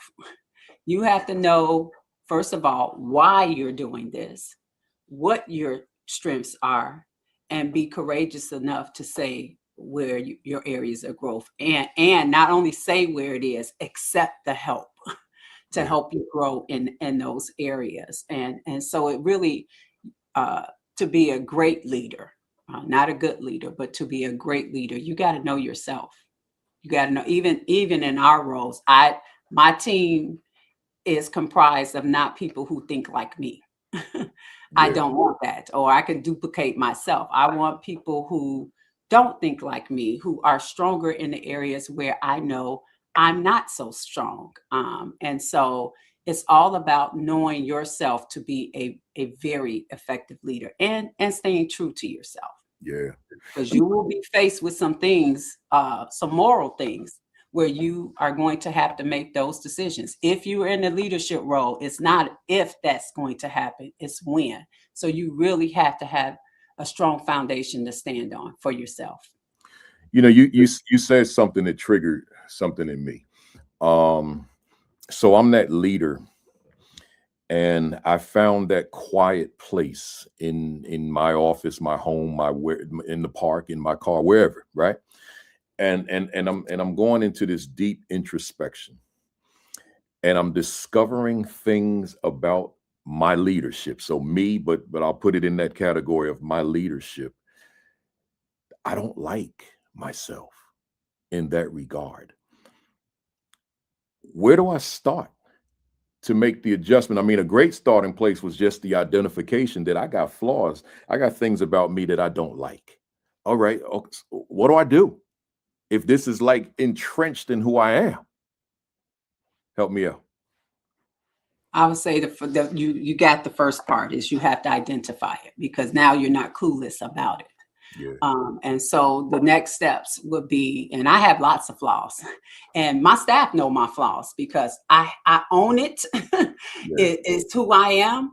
And then they know my expectations is this is where I need your help in this. And so, for example, one of my areas of growth is coming from that social work background, my compassion.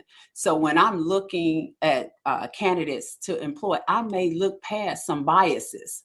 I think we can work with that. I think, we can save the world right here. And this is where I have my counterparts like, hey, doc, wait a minute. Didn't you see this come up? Because I will look past that sometimes thinking that we can like work for everyone. And so the first thing, Dr. Kafele, is to know it and identify it, own it, and then you start putting things in place to help accommodate that, is what the words we use in special education. What accommodations can we provide this student for the capacity that child has? Love it. Love it. Look what Dr. Snowden said. This session is a healing space. That's why we do this every Saturday. I appreciate everything you all are bringing. Let me go to the next one unless somebody wanted to chime in on that one. If not, here we go. This is Dr. Perera. She says self-care and wellness. Some of it I got to read from my page because the StreamYard only gives you 200 characters. So let me read what's up here first. I'm passionate about the importance of self-care and wellness, recognizing that leaders must intentionally care for their mental, emotional, and physical well-being in order to sustain meaningful impact. I know we talked a little about that, but what you got to add to that? Unmute yourself. I reverted back to the COVID years of unmute. Yeah. But nonetheless, I will say that, self-care and wellness, many people see that as a luxury. It's not, and it should not be. It's a leadership strategy, in my opinion. If you're not well cared for, you're not healthy, you can't help anybody else. And there was a year, and I think many of you can relate to this, no matter what capacity you serve, when I felt like I was burning the candle on every possible end, right? And I was saying yes to everything, yes to every meeting, yes to every committee, yes to every crisis, every request that was being made of me. I felt like I needed to have my voice at the table. And one afternoon after work, I was rushing to pick up my daughter. I had to go drop her off somewhere. And she got in the car and she looked at me and kind of tilted her head a little bit. She's like, "Mom, we love you, right?" And I was like, "Yeah, I would expect so, right? I'm giving you life. I expect you to love me." But she said, "But we can see you're starting to look really tired. And forgive me, but I think you're looking a little old too." Now, my normal self would have just been like, "What are you talking about?" Of course, now, I know I needed to slow down, and that hit hard. Although she said it with a large amount of love, it hit hard.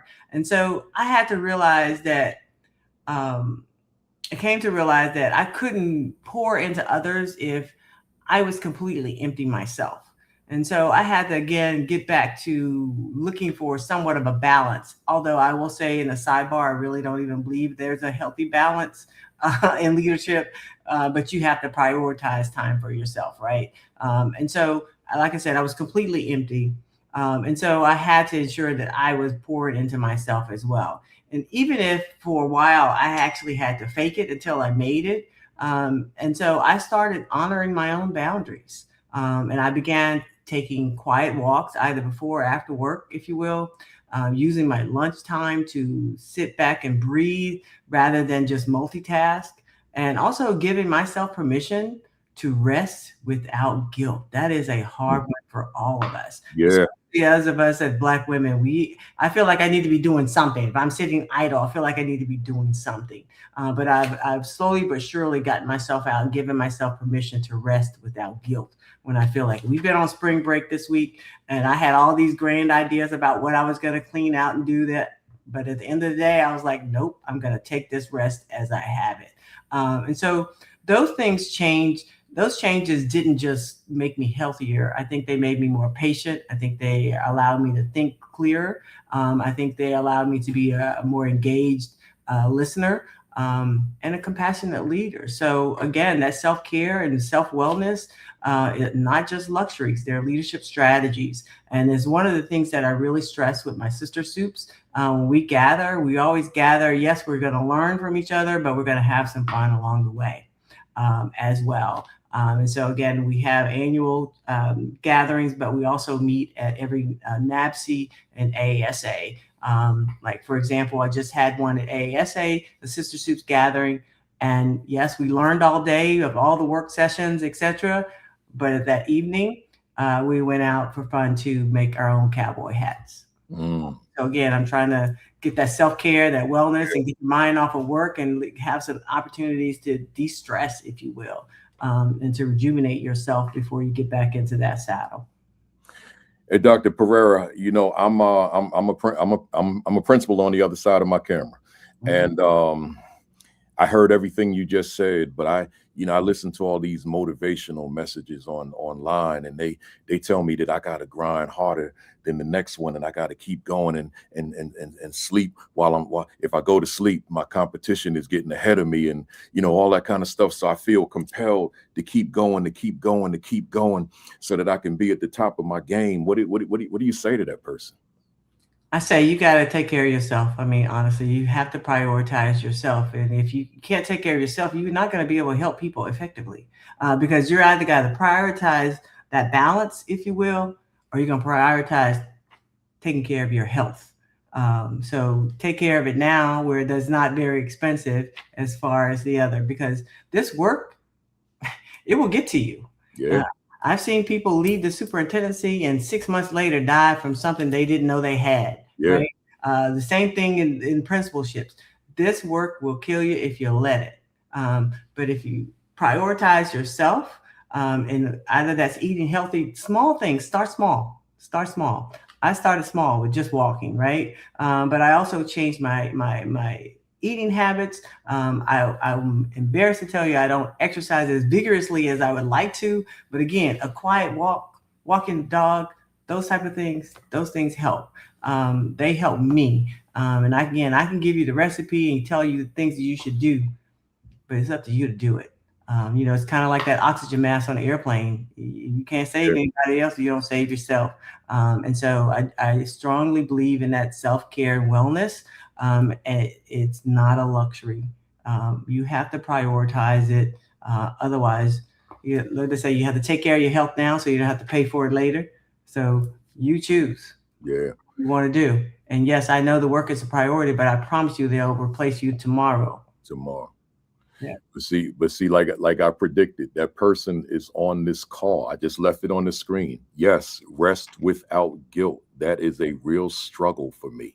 That mindset is out there because we hear those folks out here on the motivational side telling you can't sleep because your competition is going to pass you. No, but that's about doing hard better, right? Yeah. Doing hard better, as I said earlier. You got to do it hard better, and by better, by meaning being prepared and well rested and cared for. Because people will definitely tap you if you keep saying yes. You got to learn to step back and say, you know what, enough. You hear that, Dr. Tanya Robinson McNair? No need to feel guilty. Let me tell you something. Like people know me. They know I work my butt off. I really do. Right. But let me tell you something. When we go off, in a little while today? It's a little brown chair right over there.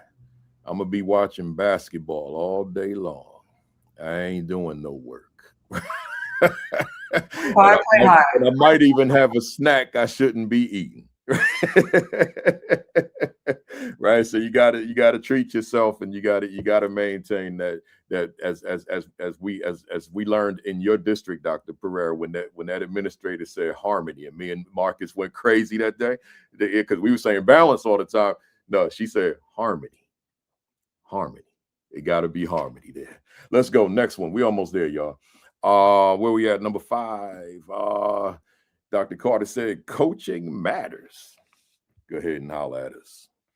We are always learners. As leaders, we are the lead learner in our schools and in our positions. And so coaching matters, a coaching of others and the coaching of yourself. I myself right now still have an executive coach, or not still, but make sure that I have an executive coach, because you cannot see what you cannot see. And sometimes you're in the middle of that work and you need someone else to help you take a step back up on the balcony. And so coaching really matters. If you don't have a coach, you need to get a coach at every level of leadership. It matters. And so I just make sure that that's always put forward. Somebody needs to be a sounding board for you so that you can practice those ideas and think through those concepts and make sure that you're really grounded in the decisions that you're making. Love it. Love it. Love it. I'm going to keep it moving. Number 6. Dr. Halliman said, let's see, did we get it all in? Yeah. People, culture and people. If you take care of your people first, they will take care of your students, because culture is not a program. It is the leadership you model every single day. Amen. It's not a program. Go ahead. Absolutely. And so again, foremost, start with yourself. So I am the role model for that, and it has not been easy. As a matter of fact, I just heard one of my sisters say, being able to rest without guilt. If you don't start to learn how to rest without guilt, God will put you in a place where you have no choice but to rest. Yeah. You have no choice but to rest. And I've been in those situations a couple times. Trying to do better with my well-being and things of that nature. I was hit by a truck on my bicycle because I started bicycling during COVID, and I had no choice but to sit. And the only prescription for me was cognitive rest, which I fired a neurologist because I'm like, what the hell is cognitive rest? She said, well, you can't think. I'm like, who doesn't think? Wow. Hence my journey with meditation. And now I do know how to shut my brain down and things of that nature. So first and foremost, I model that, or at least try to model that for my leaders. And then I do have a strong focus. And actually it was one of the top 3 goals coming into this district was culture. And as you know, culture does not change overnight. I've been here almost 9 years, and we have a strong partnership with our union. We have morale calendars. Every month, we're doing something intentionally for our staff members. We work hard in our district, but we also party hard in our district as well. And so we make it a point, it's a high priority on taking care of the adults in our district so that they can then take care of our students, which is the primary focus. But I had to get to those staff members first because they were burnt out. And rightfully so. Education in and of itself, public education in particular, is a hard field to be in. But when you're also serving students with severe and profound needs, it takes a lot, and you have to have the heart for it. And so we ensure that we are taking care of our adults while they take care of our students here in our district. You know, inquiring minds want to know, Dr. Halliman, how does one shut their brain down? Well, I wasn't a believer of it. And and I'm still learning. It took me some time. Luckily, I was in some leadership programs at the time, the ISO program here in Illinois, advanced leadership training for superintendents.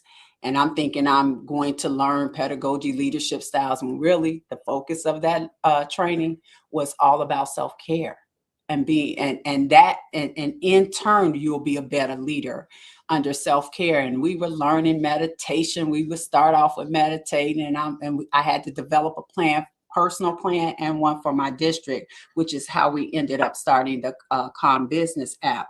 But it literally helped save my life because I had to rely on that. I couldn't walk. I was talking the talk, but it wasn't systemic inside of me. And so every night I have my Calm app on delta waves. Who knew that sounds can help you get a deep sleep? We started with the Business Calm app a couple years ago. Let's say in August, when the teachers came back, by that January, we had over 72,000 minutes logged in from our staff members, our staff using the Business Calm app. And so I modeled that by openly talking about it with my staff and making it okay to take care of your mental health and your well-being. And so I still don't call myself an expert. I'm still learning, but I can testify as to what it has done for me. Things I would have never imagined, like sound waves. Wow. Yes. I need to follow up. Yes. And learn a little bit about that on the personal side. Yeah, good stuff. Appreciate you sharing. Let's go. We got one more round. Starting with Dr. Perera. Where we at? She said, capacity building. I'm deeply committed to building the capacity of others by mentoring, developing leaders, and creating systems that empower people to grow and lead at every level. Floor is yours. Yes. So I'll keep it short, if you will, and just to share that again, capacity building for me is a core of sustainable leadership. You know, if you're not there to do it, you got to make sure that other people know how and can do. And you actually have to give them the autonomy in order to do those things. But in the meantime, you have to help them get there by ensuring that they have the proper coaching, that you're intentional about how you include them in decision makings, et cetera, and give them opportunities to make decisions and core initiatives.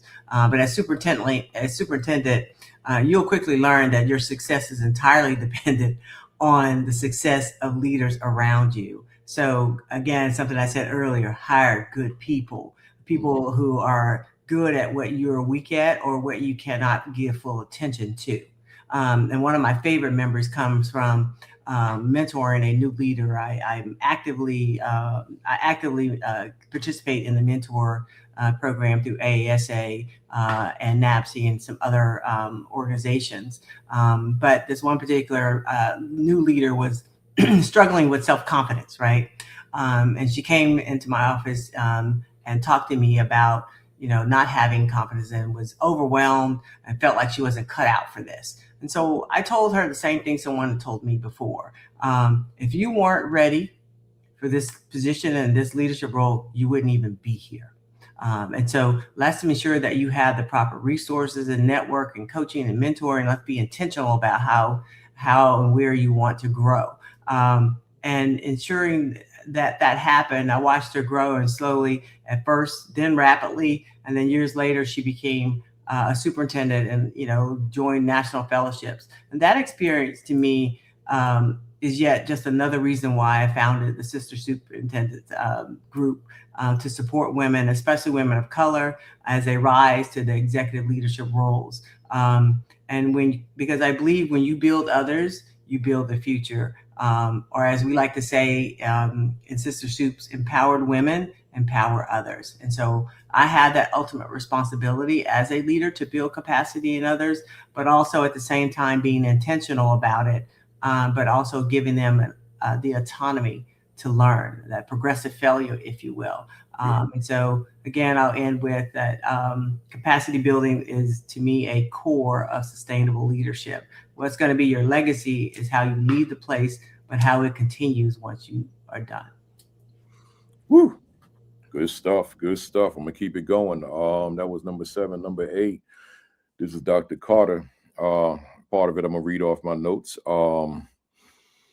Assistant principals should be intentionally developed as future principals, and I'll put emphasis on that word, intentionally developed as future principals by engaging them in instructional leadership, data analysis, and strategic decision making, rather than limiting their role primarily to discipline and operations. I know, again, we touched on it, but go ahead and tell us whatever else you want to tell us about that.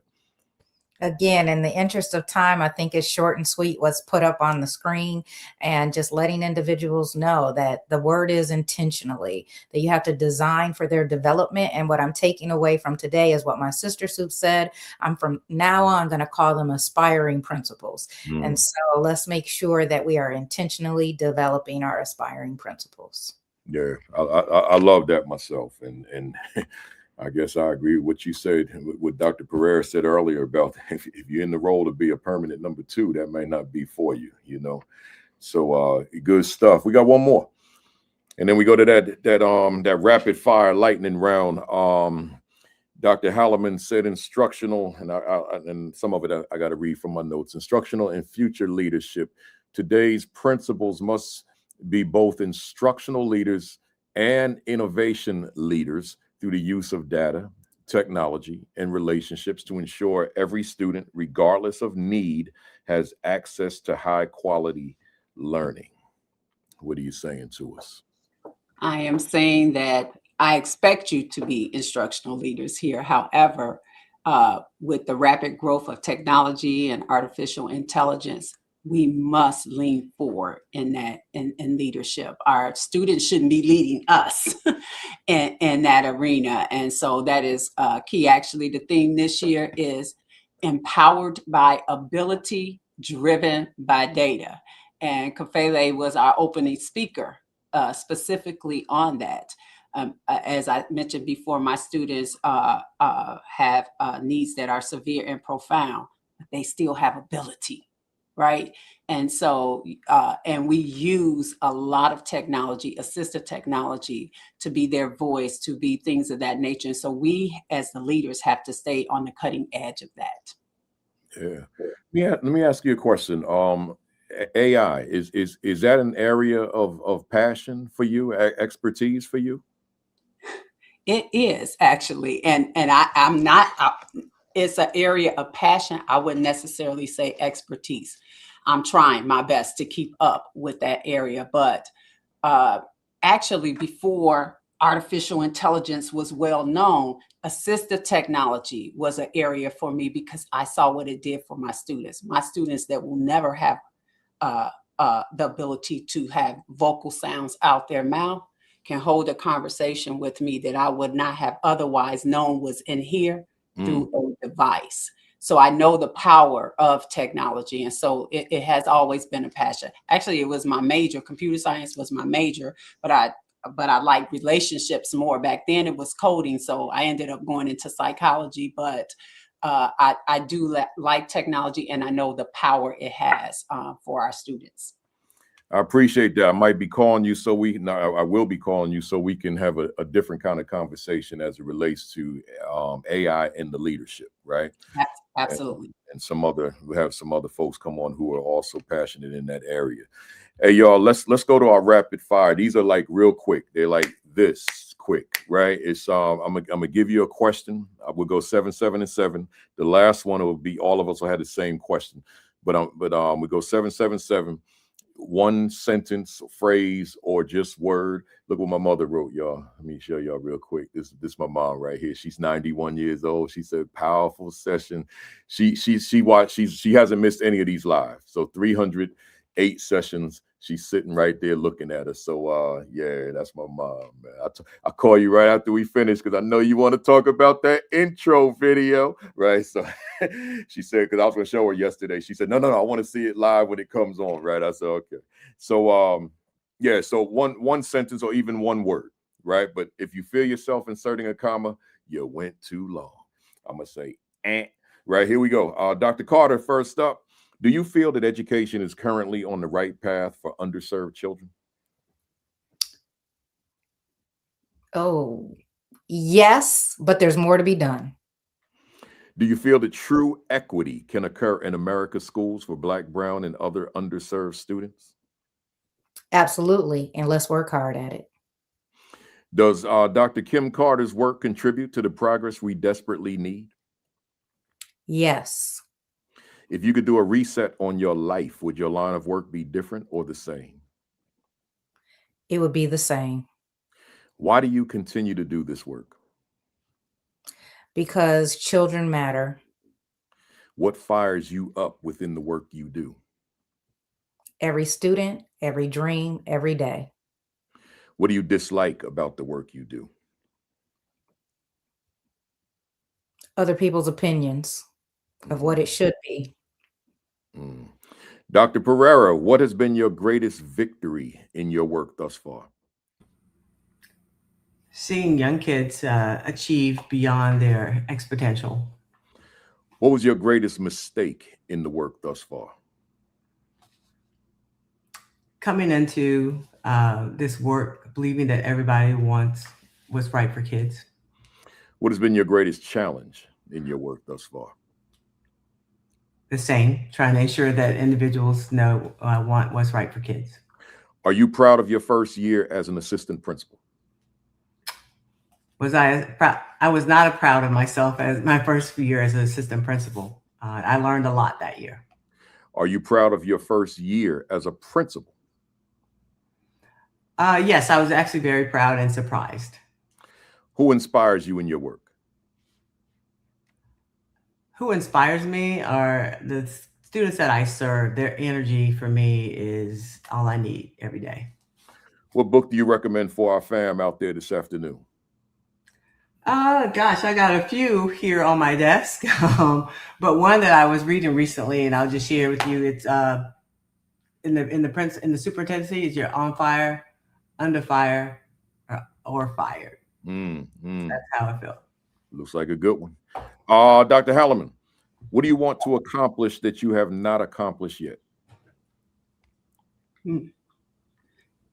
Well, I haven't reached all students yet, so that's what I want to accomplish. I want to get to every student I can get to.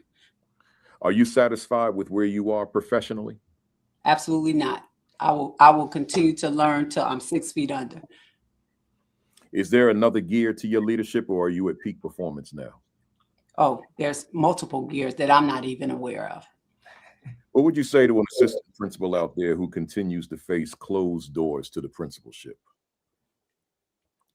You're stronger than what you think you are. What would you say to a leader out there who's lost their leadership passion? Let's go have dinner. I'm gonna help them with that. What would you say to a leader out there who's lost their leadership confidence? Same. And finally, if Dr. Tina Halliman was a word in a dictionary, what would be your definition? Resilient. If Dr. Kim Carter was a word in a dictionary, what would be your definition? Anchored. And if Dr. Katrise Perera was a word in a dictionary, what would be your definition? It would have to be 2 words: servant leader. Servant leader. There you go. And let me be the first to applaud you on a strong, powerful, engaging, informative session. This was beautiful. To my family out there, they already know how we applaud.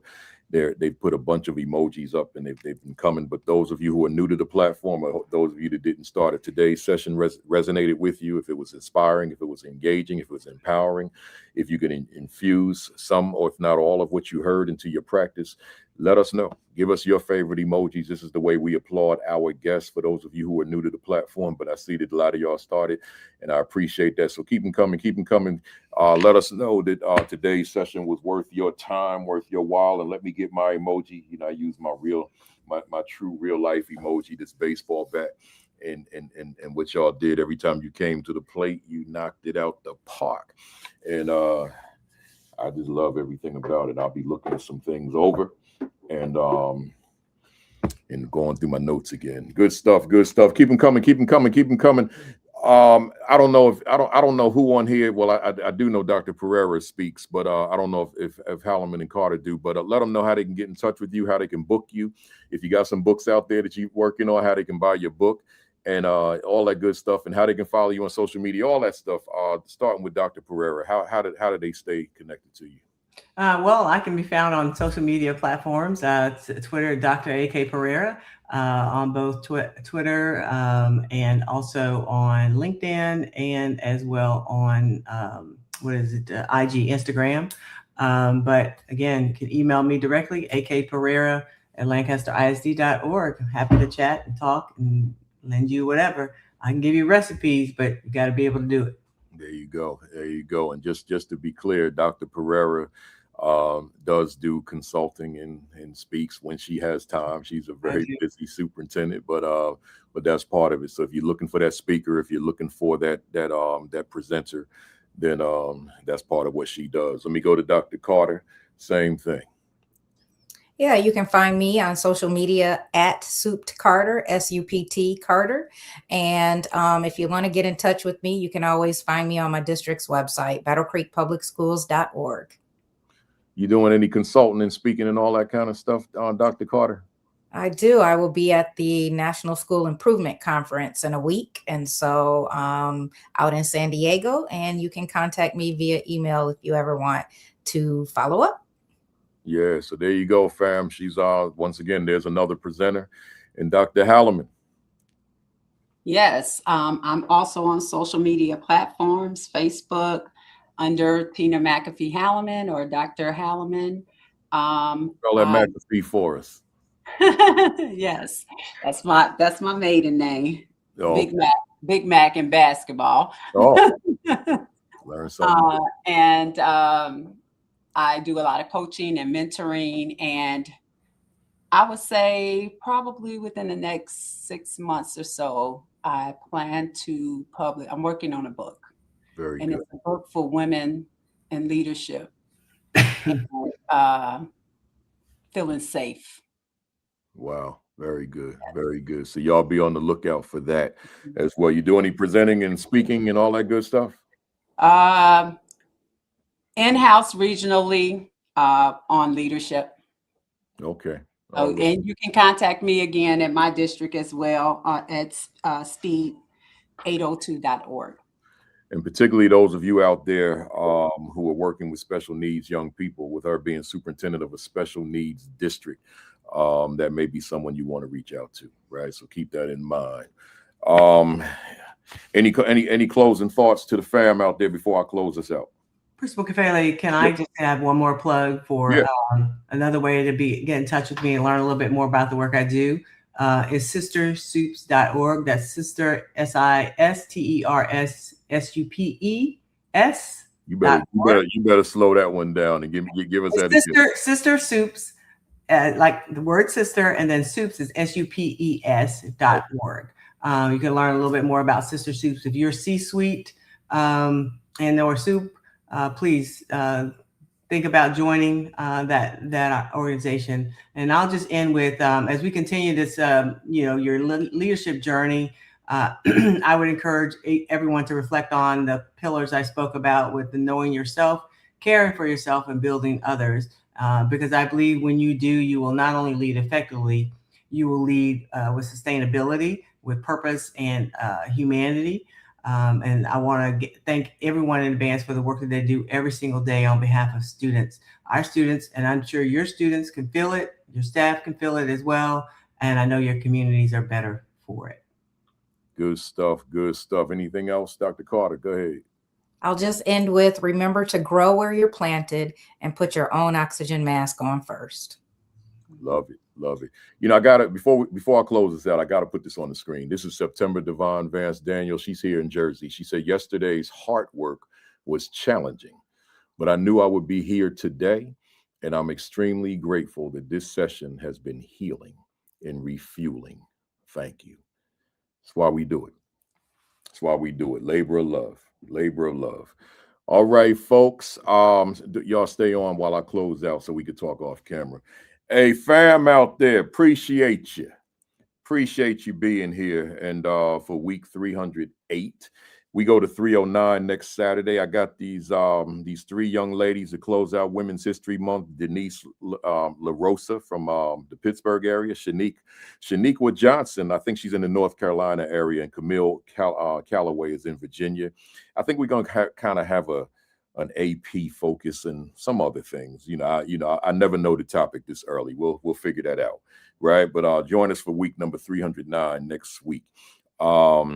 Every Saturday morning, 10 o'clock, Sean Hurt, followed by Create and Educate, Dr. Sheikah Houston, Dr. Tammy Taylor at 10:30, then followed by us at 11 o'clock. And then Sunday, 6 o'clock Eastern time, Josh Tovar, Dr. Madi Moreno for PGP Podcast. These are all Facebook Live. Of course, our platform, Facebook Live, Twitter, LinkedIn, and YouTube. And, I stopped trying to push all of y'all to YouTube because y'all don't be listening. Y'all tune into whatever platform y'all want to. So whatever you want to. I'm strongly considering shutting down my Twitter account, right? I didn't do it yet. I'm praying on it because when the world shifted, I lost about 40,000 followers. Right. I lost a whole lot and it's still rapidly declining. So it's like, why am I on here? When I post things, it gets no kind of love from anybody. So I think the people that were associated with me are all gone from Twitter, except maybe people like Dr. Sonia Matthew and Dr. Rachel Edowekit and Josh Tovar. But outside of that, it's, everybody's left. So, I'll still be on Facebook, obviously IG and LinkedIn, but that Twitter, next week might be my last. We'll see, because it ain't nothing happening on that platform for me these days. But anyway, make sure that you get this, right? Just go get it now, man. Get it out the way. What is my value instructionally to the teachers I supervise? Get it out the way. Get your copy. Yeah, Sheikah, I see you. And oh, look at that. They got it. They got it, man. That's what I'm talking about. See, I see you, Sheikah. You stopped streaming over to Twitter. Yeah, I'm getting ready to stop too, man. Ain't nobody messing with me on Twitter no more. All my friends gone, right? So this might be the last week. So those of you who the only way we are in contact is through DMs, you better get me on my email, or just go to principalkafele.com and my email address is there, and that's how we stay connected. Where we at? The School Leadership Institute with Principal Kafele. Make sure that y'all go to principalkafele.com, scroll down, and register. I want to see you in July 9 and 10. We're talking instructional leadership for 2 days, all day. This is the 9th annual. We do this every year in a different city. So this will be our first time in Savannah, Georgia. But 2 days, we talking leadership. Those of you out there from Jersey, do know, as I've said many times, I'm the president-elect of the New Jersey affiliate of the National Alliance of Black School Educators, right? So NABSE, you've heard it said on here a few times today, but I'm the president-elect of New Jersey. And I know there are Jersey folks that don't know that the affiliate is back up and running. We have a big conference coming up, the Northeast Conference, on April 30th through May 3rd.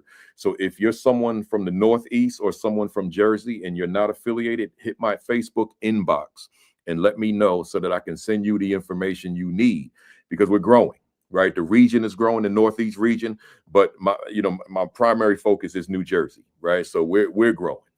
So send me some information. Just reach out to me and say you want the information. I send it to you so that you can be a part of this freight train, right? Subscribe to the AP New Principals Academy on YouTube. Make sure you subscribe and then hit the notification button to know when we go live. And then lastly, as I say every week, as I close every week, your diet. Make sure you're taking care of yourself. Make sure you're eating right. Your exercise, get it in. And I tell you all the time, and I'm gonna say it again. I see my cousin here. I see you, Jimmy. I see you in the building, right? So, but again, I say it all the time. I'm gonna say it again. There's never, ever, ever, ever, never, never, ever, ever a day when I wake up in the morning when I'm home and I say, I can't wait to get to the gym. It does not exist in my life. When I'm driving there, I'm not saying, oh, I can't wait to get to the gym. I don't like the gym. I don't like to exercise. I don't like being in the locker room with all these guys who are 20, 30, 40 years younger than me, right? I can only imagine what it's like to be LeBron James at 41 years old in a locker room with young men in their 20s. They probably have nothing to talk about, nothing in common, and I doubt they want to hear him preaching to them every day about life. So therefore, he's probably in his own world when he's in that locker room with them 20-something-year-old athletes that are on his team. So when I'm in the locker room at the gym and I'm hearing the N-word all day, it's like, yo, I don't want to be in here. I have to get out of here, right? So I hurry up and put my clothes on and get on out of there and come back home, right? So, but I'm saying that to say this, but I get the exercise in regardless. I get it in, even though I don't want to do it, because I want to live for another Saturday morning, right? So make sure that's the mindset that you keep, that you're going to get it done regardless, because you want to be back on here next Saturday. That's it. And that means you got through a whole week. So with that said, have a great week. Have an extraordinary week. Have your best week yet. Peace. Y'all know how we do it. Peace. Thumbs up. Cock that fist back all the way. Count to 3. 1, 2, 3. Here we go. Bam.